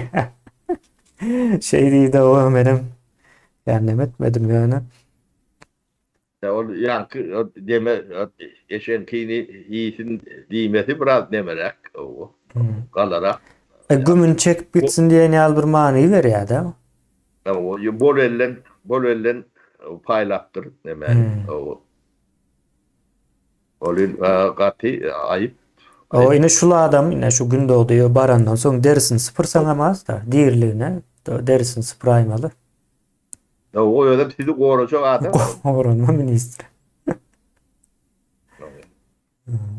O gorajak adamyň nämetli imellerini ne aýdýar. Yani yurda baralana o iyip görkösün hemme iyiliğini görközer. Şeylere kolýar ama. Son bir soru var. Täze Türkmenistan gurulsa haýsy döwletiň bilim sistemasyny almak islärdin diye bana sorapdyr ýaly o. O soru gaty ýalňyş. Bunu näme üçin diýilende bir döwletiň o bilim sistemasyny haladym, aldym. O düýünden ýalňyş da o döwletiň aýdaly iň başarlylarynyň biri Italiya, Finlandiya, ondan sonra Germania. Bular o başarılı nemesi var da. Sonra sen de şol şertler var mı? Yani misal üçün muallimin var mı? Yeterli yok. O, bilim boyunca iş geçirilipdir mi geçmişte? Yok. Hiç zat yok. O Sovet dövrüne o el alsan Sovet dövründe Ors mektebi, Türkmen mektebi bir zat var. O taýa hicem girmeliler. O taýda hiç adam yok. Yani yok. Indi näme etmeli bolýar? Birinci bilim näme? Bilim sözüniň özü yani bu taýda ulanylacak näme däl. Eğitim bolmaly. Ýa-da ýa-ni öwretim bolmaly. Öwretim ýa-da eğitim diýip bir ad goýmaly, muň adyny dogry goýmaly birinciden. Bilim sistemasy diýilende men aklyma näme gelýär-de? Ýa-ni positive science diýip bir näme gelýär-de? Methodology of positive science diýip. Şolar gelýär. Bunun ýanyna ýakyna barýan zat da. Bunu halkyň sosiologiýasyny öwrenip başlamalydyr. Bir ýurtda nämäni goýjak bolsaňyz, birinji başlamaly ýer halkyň sosiologiýasy. Bu halk nähil halk diýip sorulmaly. Ondan soň bu döwletiň maksady näme? Bu döwlet 100 ýyl, 200 ýyl soň nämäni öňgerýär öz üçin? O zat el almalıdır. Soň şu ikisinin arasında o beýleklerini o yerleştirip çıkar berýär. Kıyın zat däl. Yani halky tanamaly, etjeği işin bilmeli. Şu iki zat şert. Benzedip bir ýurdun demesini alsanız o ýurtdaky şertler sizde ýokdur, bolmadan däl, mümkin däl onu ýaly. Şol ýurdun 10 ýyl geçenden soňky şertden benzeýän däldir öňkü şertine. Olaram şoňa görä üýtgedip durýar da. O ne 3 tane Skandinav döwleti alsan, Norvegiýa, Şweýtsiýa, Finlandiýa. Şweýtsiýadan kim täsir alırlar, täsirli emelerini käbirdatlar var. Ýöne Finlandiýa mysal üçin şu wagt Şweýtsiýadan kän üýtgür. Norvegiýa kam Meňde şeýerler var, näme? Struktur nemelerine. Üýtgür. Şol ýa gaýdyşyň dogry kemine, şol ýerli nemeleri. Indi bir gyzykly zadam bar sapara, hayranam galarsınız. Yerli dolandırış meselesi var, doğru değil mi? Ýa. Yerli dolandırışlar. Indi şular yerli dolandırışın içinde mektepler var. Bular aýratyn ýa-ki umum bir sistemanyň aşagynda aýratyn näme ýöre diýerler-de. Mysal üçin şu iň gowy ýetişdirýän mekteplere enatalar çağalary şo taýa bermek isleýär. Şu her mektebin özünün balı var. Şey deyip aytayın. Şu balı näçe beýik bolsa enatalar şo taýy bermek isleýän ekende çağasyna. Hmm. Soň ol mektebem şoňa görä göwrümli giňişledýän eken. Soň döwletden hem şoňa görä pul gelýän eken olara. Şu enatalar çağalaryny şo taýy bermek isleýän üçin. Yani aýratyn bir administrasiýa emele gelýän ekeni. Yani şol bir öwretim sistemasyna çağında bolýar bu zatlar. Olam gaty ütkeşik. Neme Germaniýa hem şoňa benzeşýär ekeni. Şoňa üstünde bir tartışma geçýär. İşte bunu bir eýletmän umumlaşdyrsak bolmazmy kan diýip umumlaşdyrsalar çöker diýip neme diýerler de aýdýan adamlar var. Onu etseler ýalňyş ýalar, soň adam ýetişmeýär taýda diýip. Sebäp bilim nemesinde bilimi aljak däl, bilimi berjek hem möhümde bu taýda. Şonuň ýaly bir nemeleri bar ekende. Evet, kemine ne bilimde yeni de bir ya bizim Sovet hem post-Sovet demelerinin utturyan yerleri hüner veren noktada. Yani orta profesyonellik hüner var da. Yani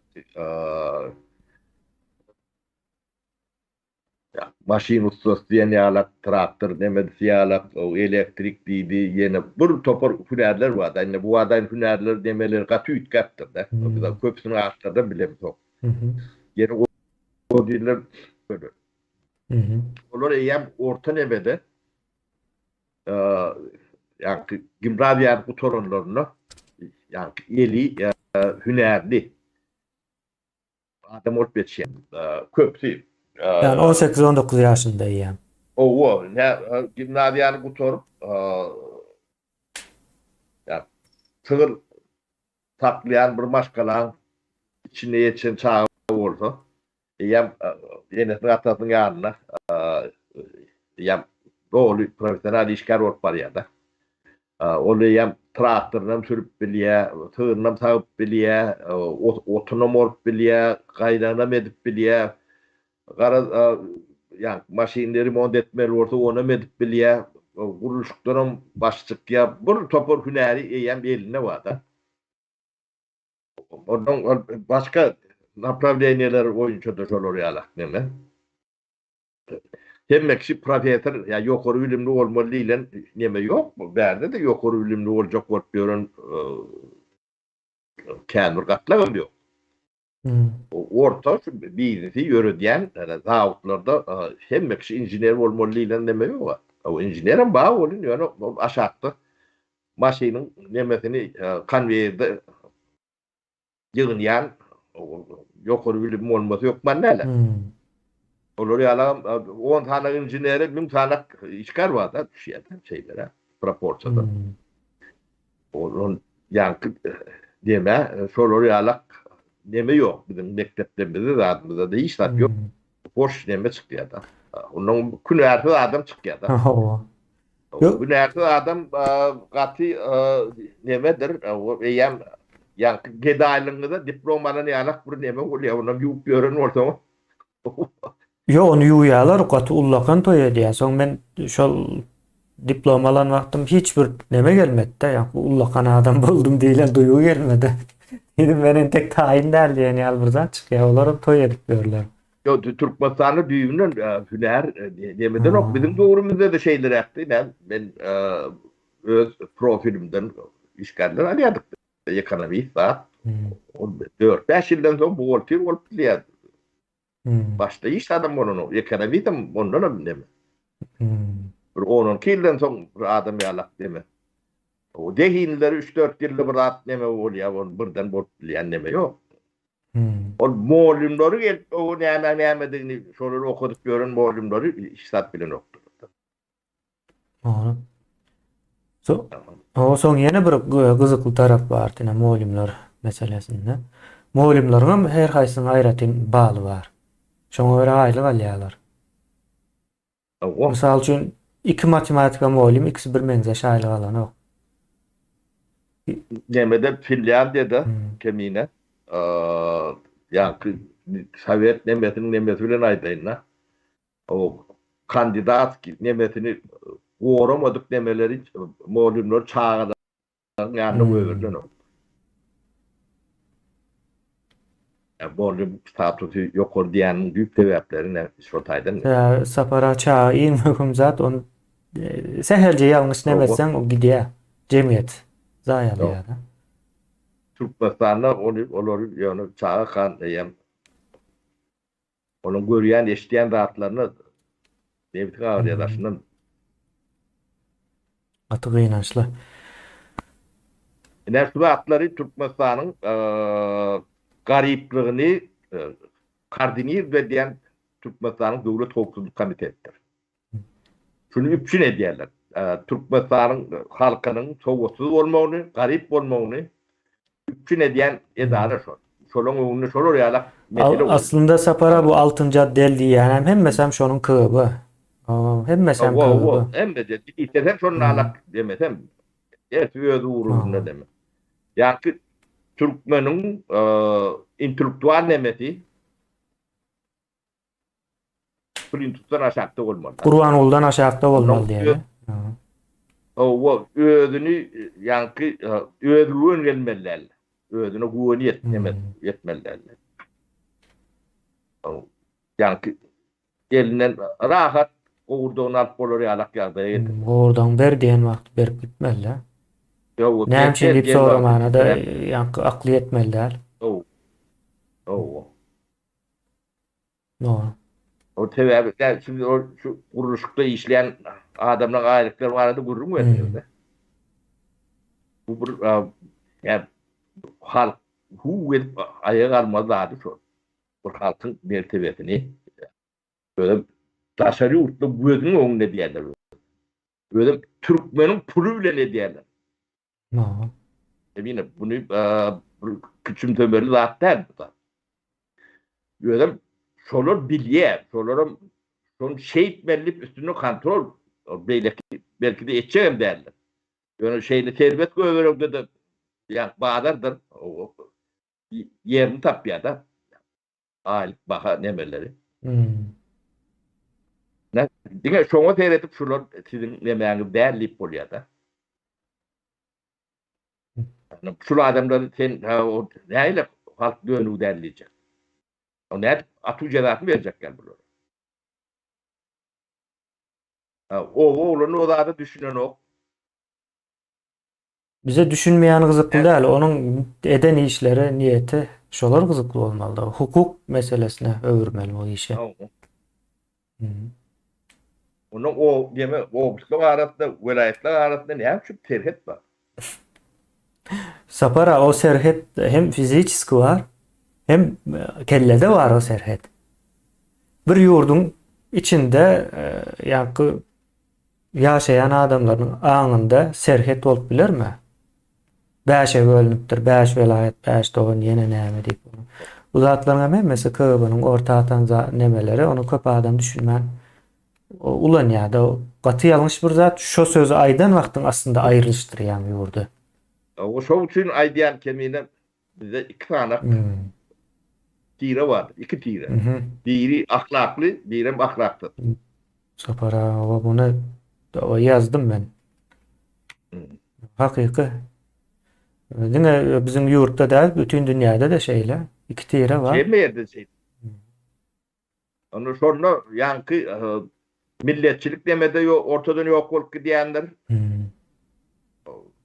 Nesin işte o değil ya da o da atlara orsun tapan da attır. O tire paradlığın beyleken hem medat yok olup diyenler. Ya adamdır ya vardır. İsmin arasında yani onu adam değerli adam edecek olup onu da yani eline de yine de dürre versen neyle bulur? Ne Türkmen'in tarihi vardır. Şu Değerçi imperiya vurdular diye hakikattır. 15-16'ın değerçi tane imperiya vurdular bu Türk. Kan sapara katken. Kiçem de. Çok hem meselesini yıkan ya düşman nerede daşından gelip birine de Yerine taşından basıp alıp yıkılan yeri yok şu. Ava. Emmeceti içinden o. İçinden böyle yani yuvaşık bile dargap demedi yani. Başına bir cahil koysam o da tarih nimetinde geliyor adam. Bir ömrümde olmasa bir ömrümde bir cahil geliyor da. Hmm. Şurada bitiriyendir. Yani ulu problemler yani devletin başına küçücük adamları koyulan son geliyor. Geliyor. Arda. Küçücük adam demek küçücük kelleli yani. Hmm. Razmeyen değil, hiç beyin olmalı. Hmm. Kendilerinin için nemedir bunu. O. Sonra küçük beyinli adam katı ulu problemleri çolur dörü diyendir. Hmm. Onun için ne Türkiye'de de problem var. Katı demez. Başa cehalet geldi. İyi demedir. Şeyle sapara nemedele vaktimize mazalya. Paxta Doğru yerlerin ya. yarısını Doğru. kenep ekmeli. Paxtan berýän önümlü berýär. Medisinada da ulanylýar. Çıktaçsam az, suam az talap edýär. Sizin garaýşyňyz diýär sapara bize. Ben karışıp katı palajı itirini tebebi bizim o zahirinin yerlerinde de o şolor yalak o yakı kenepte başka da var mı? Artlarını yönünden ayıp demedi oturmayın. O täze tutmasdan Kur'an soňdaydı. O hem medat diyor neme. Bugut däl Beleş, diýäňizmi? beleş, beleş olmadın o kadr olur nokta. Hmm. O. Ora bu da bunu şu at hükümetleri edip bilmeyen bunu ekmek için, nemetmek için gayret gerektir. Yani dünyanın önünde durmalıdır. Deme oyuncu kadagandır. O on demedi kararları oyuncu. Ekmek kadagandır. Hmm. O şonu yek geçmelidir. Onu yani yüreği, atın yüreği alak dolaşılır edipler. Hem medadi yani nemen dövüşünü verip öňe çıkıp bilen adamlar edip bilen. Hmm. O sizinki alak uğrunu yamdına atıp görün o babaraplan nemetler işler. Onları ettirsen Türkmenistan'ı hemmece yemeğini triyeke et taşlarlar. Doğru. Bu hem mesela bilim neme bilen bağlanışıklı şu halkın. Bu Hmm. başka da kendi var. Yeme Türkmenistan'ın günü şeyle bir kendi meseleleri çözüyor. İlim gözler aklın oranını da getirip olmayan zat var. Yani Şvedya Türkmenistan'ın gününü şular yani yılda toynak tatlıranın burada getirip bilmeyen. Hmm. Şonu yönü yerini şu dağıttı, şu taydı, ulunmalı başarmalı. Ma. Söylem şunun alaktı. Onu, o dağıtları bilim gerek, bilim. Ya, bilim hem Türkmenistan'la bilgi, bilim cenayet. Tabii bilmek cenayet. Akıllı, Bilmek yani neme cenayet. olmak, hünerli olmağım cenayet. Değil mi? O, Zaten cenayet şöyle. Ya, yok bu koloniya, şu koloniyadan çıkarmayacak olup edilen neme, yani hmm. ustanokku. Çok, bunlar, bu nemesi, yani general liniyeti neme, şu halkın yağdayını Sovet döwründen erwet etmeli. Halk ondan şu Sovet döwründe ýerine gaýtaryp ber diýip zap durýarlar etmeli. Ne bulun yani opşy printip nemesi taktikalar şol. Hmm. Doğru. O siz ene köpüňiz Sovet döwrü gowdy kakalaňyzdan garrylaňyzdan eşdýärsiň. O hakykatda şu wagtda döwrden gowy ondan siz şotak zamanlar. Hmm. Onun artında ors var. Siz öz aýaňyz bilen şotak. Size ýok tuvalet ýasap beripdir. Etmedipdir. O Demir yol kurup beripdir o. O. Yürüyüp edilýär bäp. Hmm. Ana şoň gowrundaky duran edara kyby. Hmm. Kenep näme bolýar diýip sorapdyr. Kenep kanaplyam näme diýýärler o ruslar? Kenler, kenep Hı.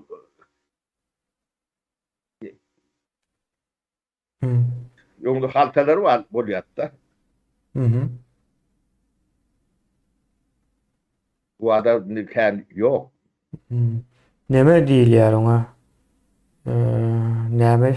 O ýene bir ady bar, ol neme madda. Kenep o yüp edilen o yüpler var ya. Deme bir de çünkü yartat derler ne daha çok uzun hatta Hı. Cüt Davut diyediler. Çok Karaplaya Davut da çok Kenep Davut'u O var. ýagam edilýär dämi ondan? O yarım çık Hı. ya diplom edilýär, tekstilem O dokolýar. ýanky medisinada da ulanýar, saglykda da. Ya kendat durun ya. Onun bir de Davut ne daha çok uzak Davut Hı. vardır. Daha çok bulup da oldu. Onun Cüt Davut'tu şu. Hı hı. Yılan'da da vardı. Şolong Davut punktlu da adam vardı. Bizim doğrumuzu yıktılar. Hı. Türkmen için yahtat değil bu zatlar. Edilip neme tercihemden var. Hı. Jut diyorlar. Jut Davut şey Jut Davut tip Hı. çağırdı da olma mümkün. Daha çok da adamlar ben toşnu bile. Ha. Bizde hemme pudoklary düýbünden reform etmeli. Biz şu wagt öňe däl orta asyrlara barýas diýip ýazypdyr bir ýerleşimiz. O. Reforma diýmegim şo täzeden gurmak diýmek ýerleşler. Ne şoň üçin O. täze Türkmenistan nemesi şo taýdan gelýär.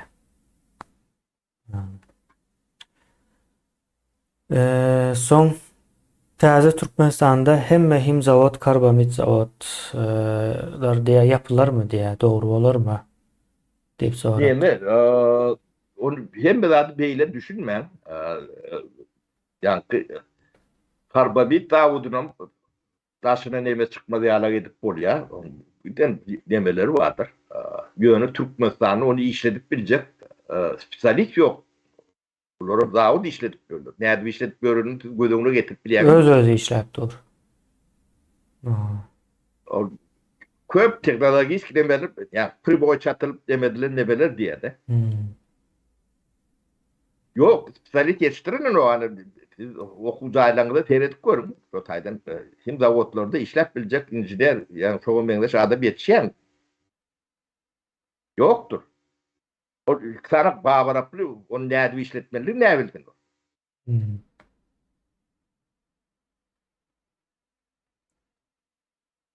Onu yankı adot Davud'u yani Turov'unu geçen, yani Maria adot Davud'u vardır.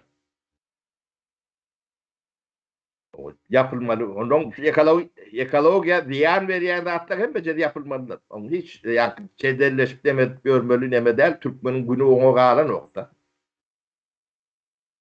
Bizim resursumuz yeterli. Başka milyon tane deme var. Bize en önemli zat adam. Adamın sağlığı, bilimi, ilmi, hilli. Gowsuzlygy. O bir hilli, değerli adam. O bizim yani en yolda koyan dememiz. O kalan zatı hem beceri tasarruf değil hem ne değil ya ki. Neme? Teferruat. Teferruat diye o. Ojuk bujuk galanlar, ojuk bujuk. Esası adam yalaka adam yetiştirme.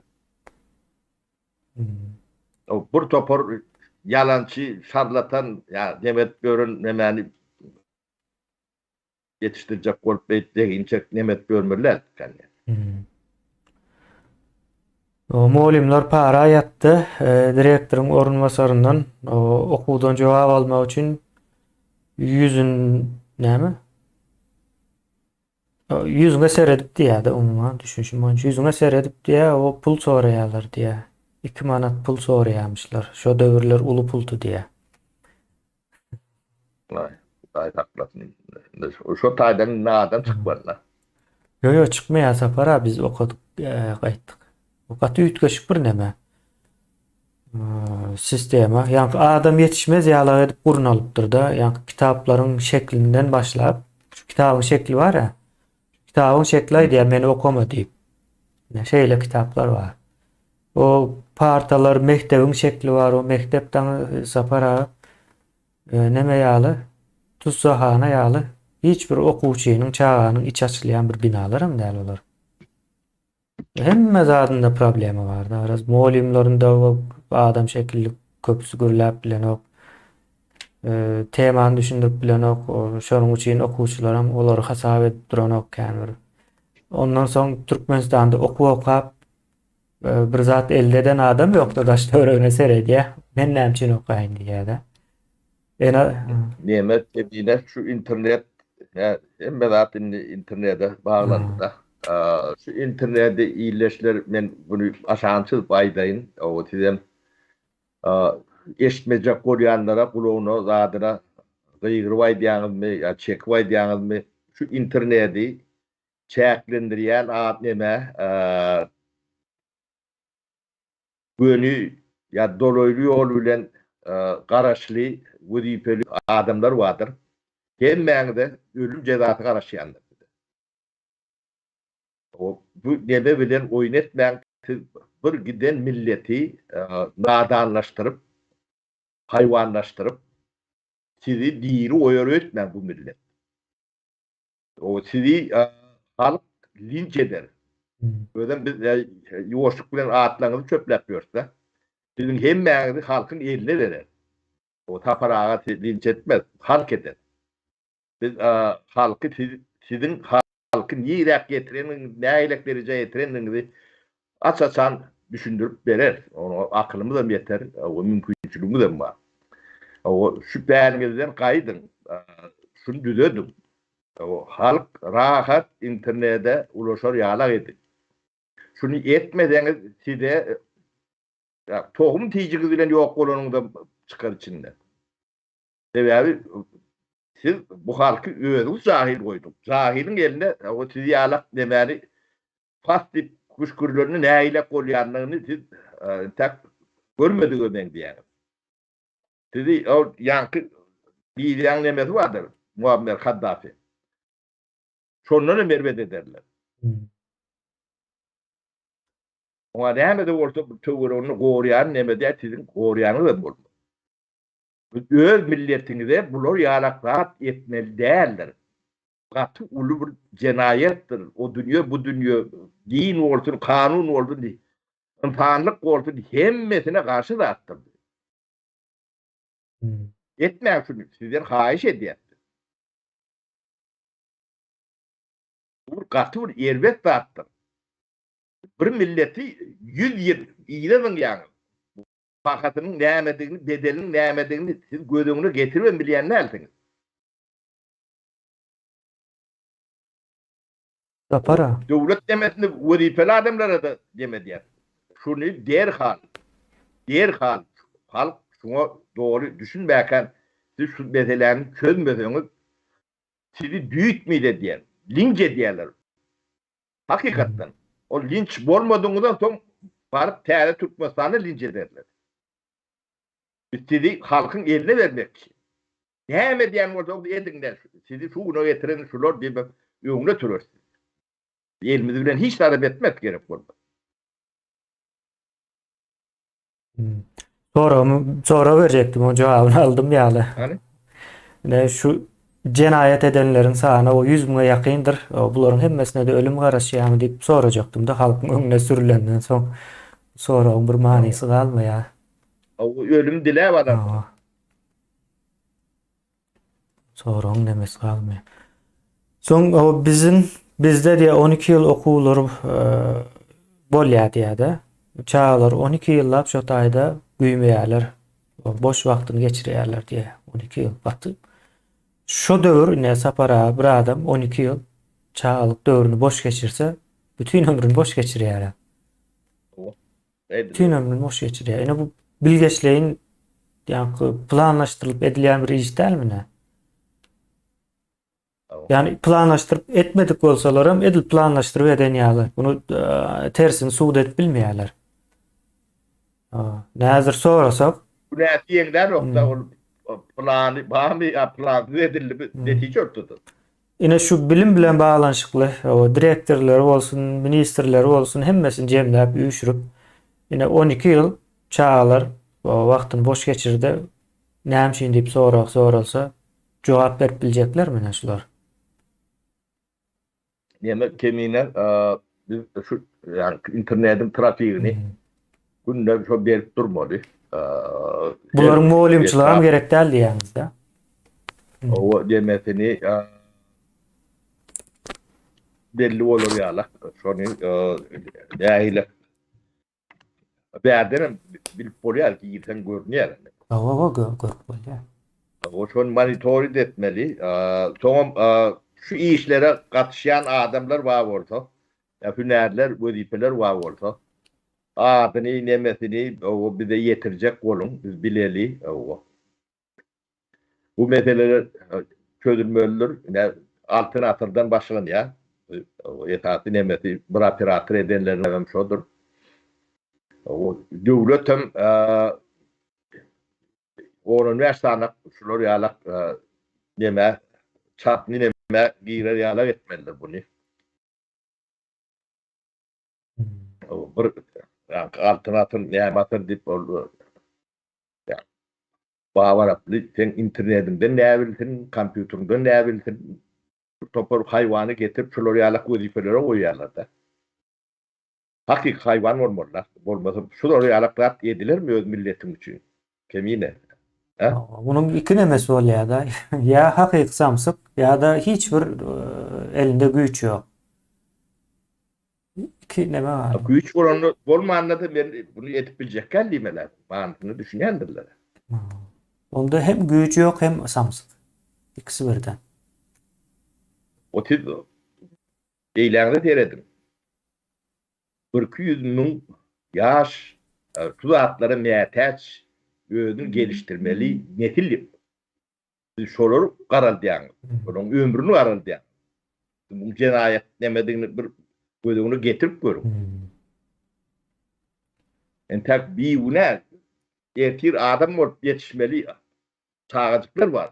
Şu an kevir 5 yaşında, 4 yaşında, kevir 30 yaşında, 20 yaşında, 50 yaşında bir çoluk ömrünü qaraldiyan. Geleceğini yok ediyen. Onun Türkmenin geleceğini yok ediyen. Yeke sizin öz 5 manat kazananınız ya korkunuz, korkmanınız o da hiç var.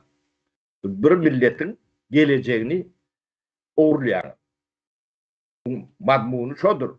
Bu bedelin yemeğin aşağından siz ne edip çıkacak? Bilmeyen bu aşağından. Tohumuz bile mıncıratı. Bu ağırıp nemde daha da oyuncak da der. Halk bunu yer ödeyen, bağışlar ödeyen. Rahat aklınıza aylanın. Ya adam dili bilen düşündürüyor.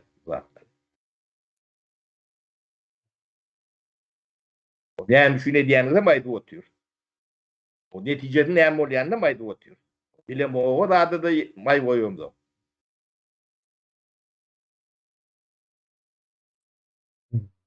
Ya bu hem yani devlet işgali ya da ben kanun çıkarıyor yani yani meclisine de halk maslahatına da hem becerine değişiklik arttırdı. Kalabatına da değişiklik. Şimdi şu meseleyi çözmeden sizi lince diye halk. Düşünün şunu. Yok rehini ince korkturan nemelerin tesiri demetmedi. Cehennem diğeri yalak nemedi may koyun yok da. Halkı bir 4-5 yıl iyi de daha şatırlarını görülür.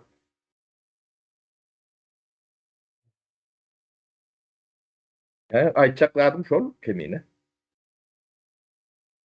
O sapara bir neme geçen aýtdym ýaly ekranda da aýdaly. Ne bir aýdymçy var. 16 ýaşynda da. Näme Martin Garrix bolmaly ady. Animals yani hayvanlar diýip neme düzýärdi. 16 ýaşyndaky oğlancık. Şu döwür. Ýalňyşmasam 12-14 ýyla geçendir ýany. Aradan. Yani şonun 16 ýaşynda düzen aýdymy şu wagt 1 milyard 700 milyona yakın görülüpdür da geçen Seyrettim. Mesela bizim hem çağalığımızın nemesi aydımtı da. Geçen Gavat geldi. YouTube'dan çıktı özü. Son seyrettim şeyle olupdur da. Son hayran kaldım. Son yadıma düştü. Bu şovaatlar 16 yaşındaki bir çağa. Yani tek okuyan, muhtaran okap gören yerinde edilen zat da bu. Ne hemen hasavun ediliyor. İnternet var, mümkünçülükleri var, hemme zat var. Yani Türkmenistan'daki bir çağının hiçbir mümkünçülüğü yok. Sapara. Yani şu taydan bir akıllı çağa çıkayan olsa yok, man bir tanrı vardı şuna kömek edendir. Ben şeyle yani o tayına. Bu olmasa çıkma mümkünçülüğü yok. Ne bizim artıklığımız, soğuklığımız var da. 3 yaşında. 2 yaşında hemen. Yani maşine mindiriyordu. Yani iyi de oturdu yanında. Şolun nemesinde kompütür var. Planşet var. O oyunlarını internet yüklüyor. İyi gideni şu tayda oyuna oturuyor. 2 yaş, 3 yaşın çağı sonra. İyi neden başlıyor. Bu dünya bilen nerede bir etin aya uyduracak.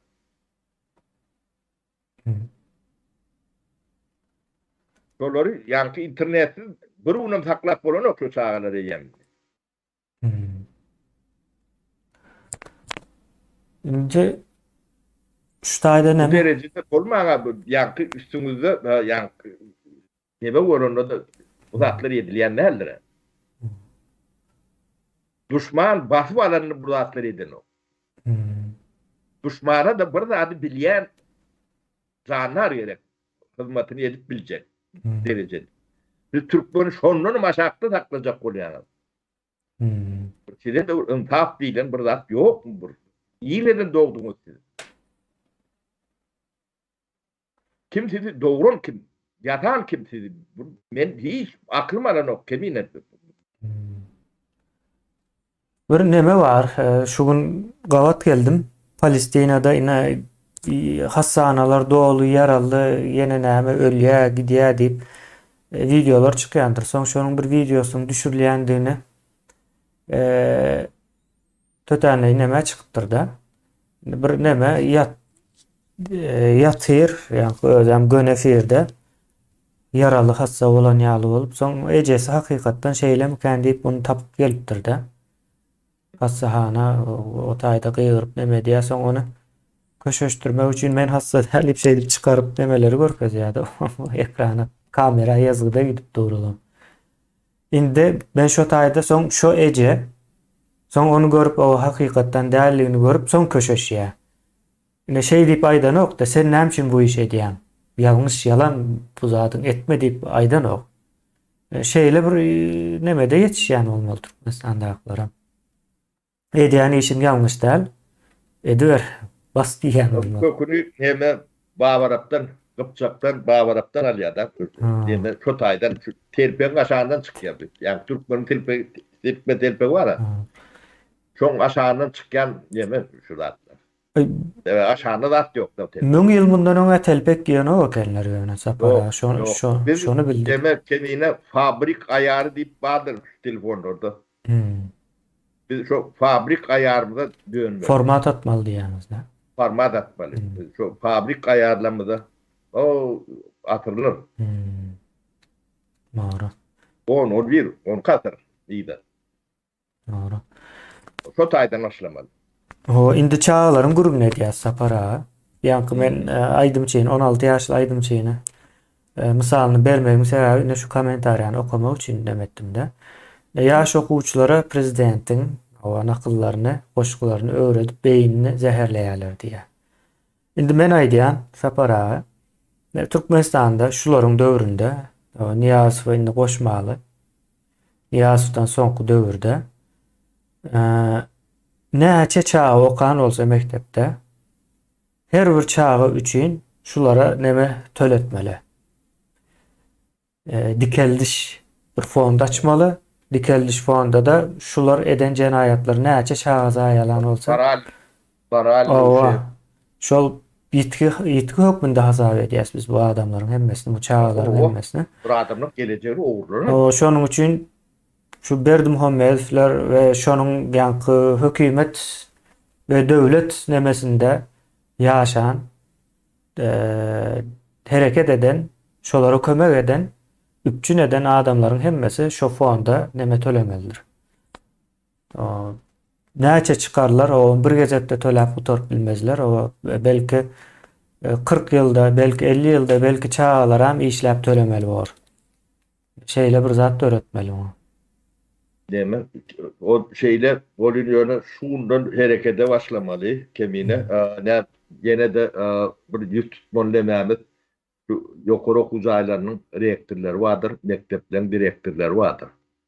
Ne şolara şu internet gerek deyip erteden siz hükümeti bağ olsa şuları ıslap batış orkayıp durmasanız o den şerik bolýandyr. O sizin aklınız, düşünjäňiz, biliminiz ýeten okdyp bolanokda. Bir üniversiteden rektor bolan bolsaňyz, bir topar çarşanmany ýaşan bolmaly. Ya da çaýda odup kitap okansyňyz, zat demeden teň diýýärler. Siz akıllı, huşly, bilimli neme Türkmenistan'ın bir aydın, diýmeýin aydın demesine girmeli adamlar. Siz bunu bilmeyenler diýmäge hiç sizin bahanaňyz yok, hakkınız yok da. O sizden hem haýyş edýän. Ýedi beýleklere haýyş edişimiz ýalar. O sizem halk linjeder. Ananyň şuňa. Bu cahili sizi özüňizi linjeder ýalar edip ýetişdirdiňiz. Özüm etdim, özüm tapdım meselesine gelýär da. O. Bizden aýtmaty. Şoňa değişil bir soru var. Soru günahkarlar deyip halkın eline bersen, halkın içinde milyonlarca adam ölür. O muň öňüne täze Türkmenistan alıp bilermi? Halkı saklap bilmeseňiz içinde uruş çıkar diýip bir neme aýdypdyr. Sapara pikiriňizi aýtmaňka bir kızat aýtjakdy. Birinciden ýanky milyonlarca adam ölür sözü düýünden ýalňyş. Onuň ýaly edip hasaplanmaýar. O sany bilýän adama beýlip aýtsaňyz gülerler. Milyonlarca adam ölmesi üçin 10 milyonlarca adam bolmaly Türkmenistanyň içinde 10 milyonlarca adam ýok. 10 milyonlarca adam näme bolýar? 99 milyona çelli sanalýan sana 10 milyonlarca diýip aýdylýar da. Ya bu 33 milyon bolup biler, 66 milyon bolup biler, 99 milyon bolup biler. Bu birinciden şeyle, ikinciden uruş çıkar meselesine geleli. Indi uruş çıkar meselesi yankı milyonlarca. Uruş bir vaat çıkmalı, çıkacak orada çıkar. O şeyle olmalı. O yankı 100 bin adam bilen 5 milyon adam arasında uruş mu bolýar ya da deme bolýarmy? Soň ýene bir neme var esasy ýere. Yurtda kanun düzgün yok yerine bularam hava berjek däl diýse yurdu da mysal üçin o eýleneme görnen ok hazırlykça berjek däl diýilen bir nemesi görnen ok bize iň azyndan berjek däl diýendini kabul edele şeýle diýip baba. Soň halk näde bolmaly bularyň elinden? Halkam oýanyp barýar, öňki ýaly gyýryp ýani paýok ýene näme diýip gören adamam kan yok. Gören olsanız. O näme düşünüp başladı. No, indi düşünüp başlatdı. Yurdun içinde bir giden pulların bardığını, şu pullar sebepli şu ýagdaýa düşendiğini düşünüp başladı. Son kanunum yok, son sen haýsy kanuna salylanjak? Ne täze Türkmenistan bolan wagtda eýem kanun bolýar. Ol başga bir mesele. Bu taýdaky gurrun geçiş döwrü. Geçiş döwründe karşı tarapdaky kijijek topar, o 1% ýetýär, ýeten ok, şo topar. O biz o ýalňyşymyzy kabul edýäs, o Türkmenistan üýtgemeli, o üýtgemeliň tarapdary diýmeseler, halk gyryp bilýär, o gyrmana dolu hak bar. Ayaklanmana hak bar säýär. Onun diýene bu Kelenter diyen adına. Ava. Yani havos diyen zat upravlad edilenler. Upravlad havos dip de vardır. Biz o zatları qoğulya. Biz yani bunları direkt görmürlüğünü biliyor. Bu nakarın kimdiğini atlarına ayıp otuyorlar. Şunlar 1%'den ama şu an size sizin geleceğinizi uğurlap oturan adamlar 1%'den az Türkmenistan, 1%'den az. Bunu yanlışma da mümkün değil. Birini kırıp görür yalak deme derler. O kimi kırmalını biliyor. Altınatırın yani milyon tane direktör var mı? Değil var. O gerçi tane işgal var. Şimdi oturun 50 tane mi yoktur? O Türkmenistan'da ne tane reaktör var? 25-30 tane reaktör var. O milyonmuş o. Gerçi tane kağıbal işgal var. 10 bin 15 bindir. 50 bin gol. Milyon ne lan? Milyon olması için nerede de at gerek? Yo sağını bilen oklar şonun için ne mene edip aýdylýan däldir. Anyk dem. Amra da burada aydan toğrayan yala. Yok Almira da sapara size neme baha veripdir. 100 kron. 100 kronluk baha. Ki de kalmada. Oğlum ben deme bunu ya güneş enerjisine bağladı kalmırat. O hep iyi versen iyi ver bolun. O iyi vermesen hem halimiz O gel bile ne bir işleyas o ya. Güneş gel o şu zatlar bile. Tav ol o toyunda kaytsın kalmırada. Onu kemiyle bizim hemen emeğimizi pozdu. Ne bir rapordan kendi öğrenmek kolay nok diye. Olmasa toyunda kaytsın yani. Şu böyleceğini alıp bilerse para belki.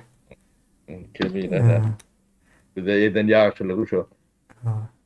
O şu kar kemperden bilen Yo men sapara neme karşı değil o dört ayalı meselesine doğulu karşı değil. Oynadayan. Ama Şaka. halk ceza verip bilecek dereceye yeten de halkın cezası sizin pikir edişiniz yağlı olmaz millet diye yani sapara yüzleniyor bir illeşimiz. Belki cinayet ediyen illeşlerimize yüzleniyor. Halkın cezası öğrenip ütköşük bolacaktır. Böyle bir cezanı hiç kim ceza deyip adlandırıp hem bilmez diye. Ölmeli ödünüz dilersiniz. Öldürümden değilim deyip o. Aklın nemesi katı demedir. Görü ediyen zadının ağırlığını düşünüryen de ben bir milletin geleceğini oğulayan. Olurum günahsiz 3 yaş, 2 yaş, 5 yaş sağan ne mi günah var? Teviyetin oğlu değil zaten. Çolun geleceğini ne için oğulayan?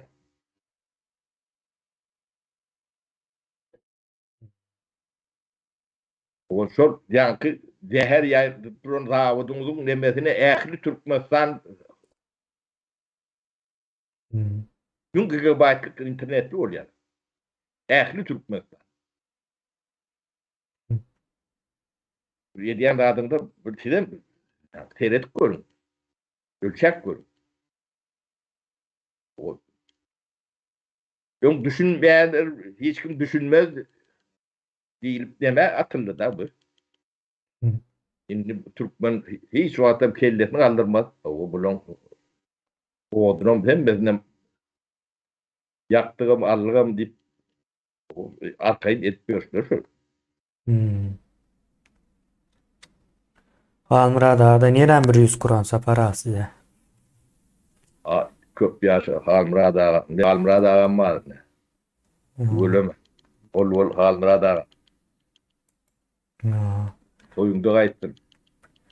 O Sapara Gurbanoglu Türkmenistan'ın Florya diyeninde nanam oktum ve Gurbanoglu'nun aydımlarını laboratoriyada test ettim. Aydım oğurluk eken diye birinci oğurluğu aydım bilen başlaptır bu diye. Unitaz Yok, unitaz uğrap görünmüyor. unitaz oğurlap başladı. Sapara onu aydıp verin gene adamlar bir adından çıkaran ya da bilyenler. Utanır maliyetini hemen. Garaz unitaz oğurlayan eken de unitaz görse şonu söküp alıp aydıptır bir yerden. O neme Sovet dövrünün sonki yıllarında. Şöyle.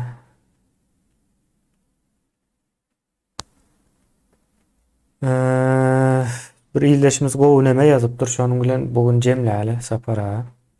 Wagtymyz boldy ya.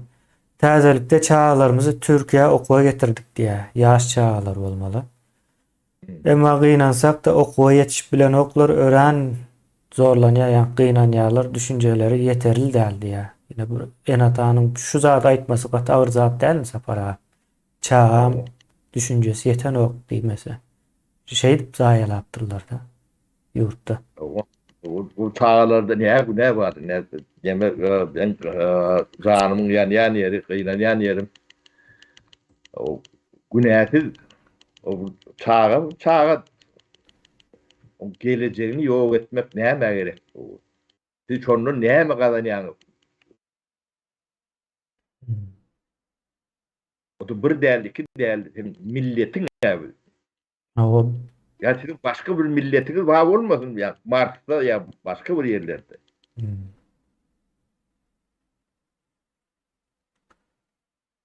gynandyrjy.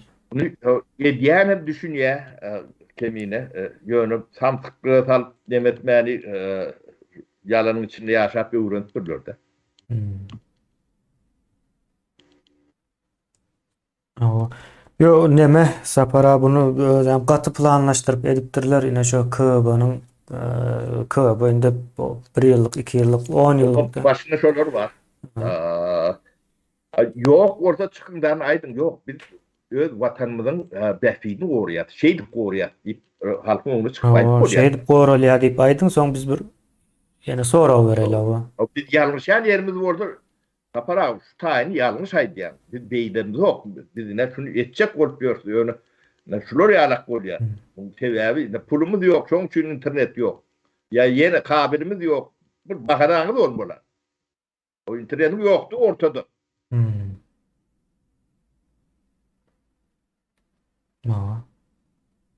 O birinin bolmasa çıkıp biz o yani studentler kovurduğunu aeroportta elinden tarap alamıyor deyip aydın biriniz. Bu yanlış değil. Biz dışarı yurda çıkan okuyuculara burs veriyor. O stipendi veriyor. Şey de okuyacağız deyip aydın demek bağır. Ayma yatıp dur neme kartlarına hosarlarını iyi veren pul değilsinler misal için. Yo onu tövret etmeli. O arada kurulmam yok. Hosarlarını iyi verin giden o. Indi sapara bir neme Bu da atlara gücü yetmeli. Sizin çok bir kuruyan yani ateliniz var. Şu soruları yetiye bir yılda. Artık yetiye. Sapara bir neme var siz bilýäňiz Fatih Altaylı deyip o hemme gatkan adamı gowy görýän adam da Türkiýede bir jurnalist bu adam. Jurnalist hem yazar, yazıcı. Radiyette ya. O inde dolu özlemesine geçti de lalaşman nemeler bilen. Ýöne ne şol jurnalist adam. Hep de bir gezek bazar günleri bilim bilim diýen bizim o mektep neme däl. Ýa-ni science, o ilim diýerler Türkmenistanda. Aslında o bilim bolmaly. O şol programmasyny geçirýärdi. Indi şu programmada adamlar tomoşaçy gatnaşýar, bilet alýarlar. Bilet bilen barlýar. Indi onu şu biletleri alıp master okuyan demelere, okuwçylara burs diýdiňiz de sapara stipendiýa bermekçi. Bir jurnalist master okuyan okuwçylara stipendiýa bermek üçin bir programa gurnaya, o programada tomoşaçylar gelýär, bilet satýar, şo biletin gelen ýa puly okuwçylara stipendiýa berýär. Jurnalistin edýän işi. Bu adam özüne o dolu nemetde iň güýçlüsi belki de saparagy nemede yani Hytaýdan başlap o neme çelli diýeli Ukraina o Rumynia taraplara çelli şo aralykda iň güýçlü jurnalistdir meniň bilişim. Yani nemeleri o izarlayan. Yine adam ilki demek adam yani kişiliği doğru oturdulan adam.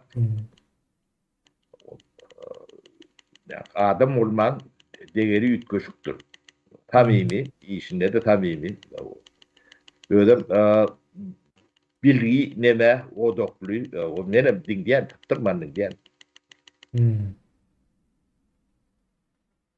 Aferin, telefonu çıkar yani. O bizde edýärlermiş onu. Näçe okuwçy yetişmeli. Olar anırakda dursun bizim bir çalarak nemerak adamların hemmesine ýa-ni gülen jemaaty zaýalapdyr da onuň hem gat üstünde 2 ýyldan bäri ullakan iş geçirilýär da onu gizläp ýöremiz ok biz.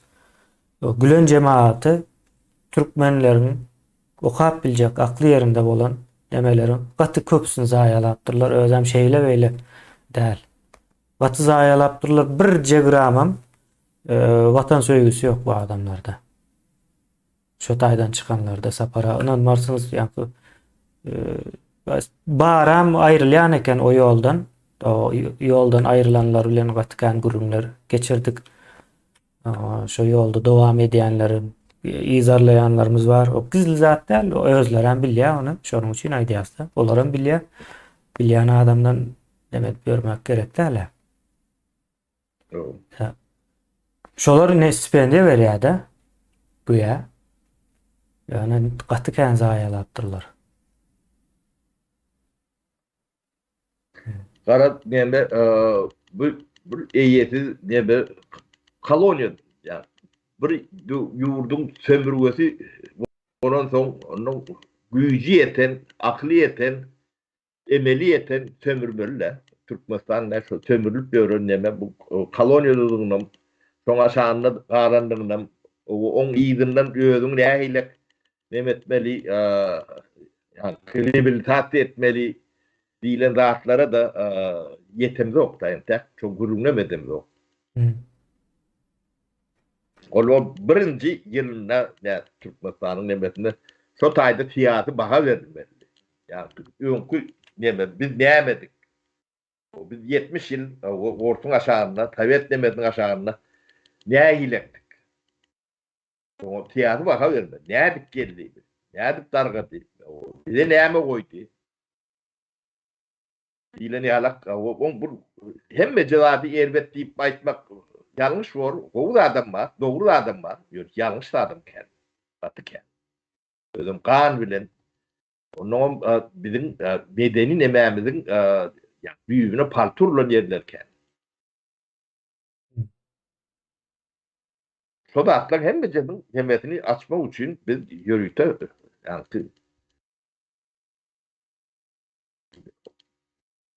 illüstrasiýa diýip o meseleni orta goýar.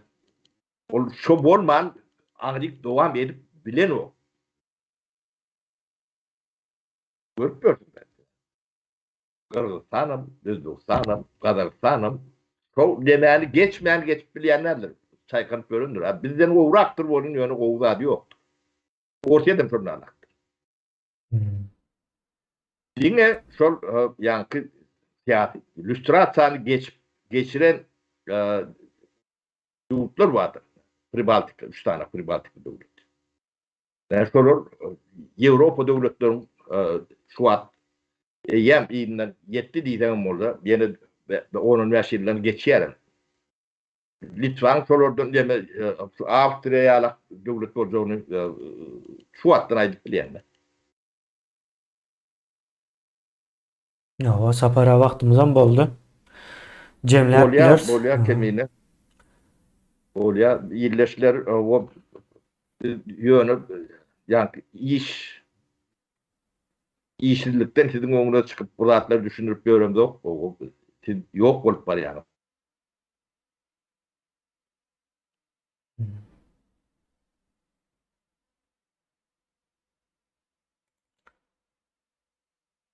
Sapar ağanın internetinde bir neme boldy ýaly. Ýyldyşlar howa men özüm jemläýin, Sapar ağanın interneti kesildi. Soň neme däýer.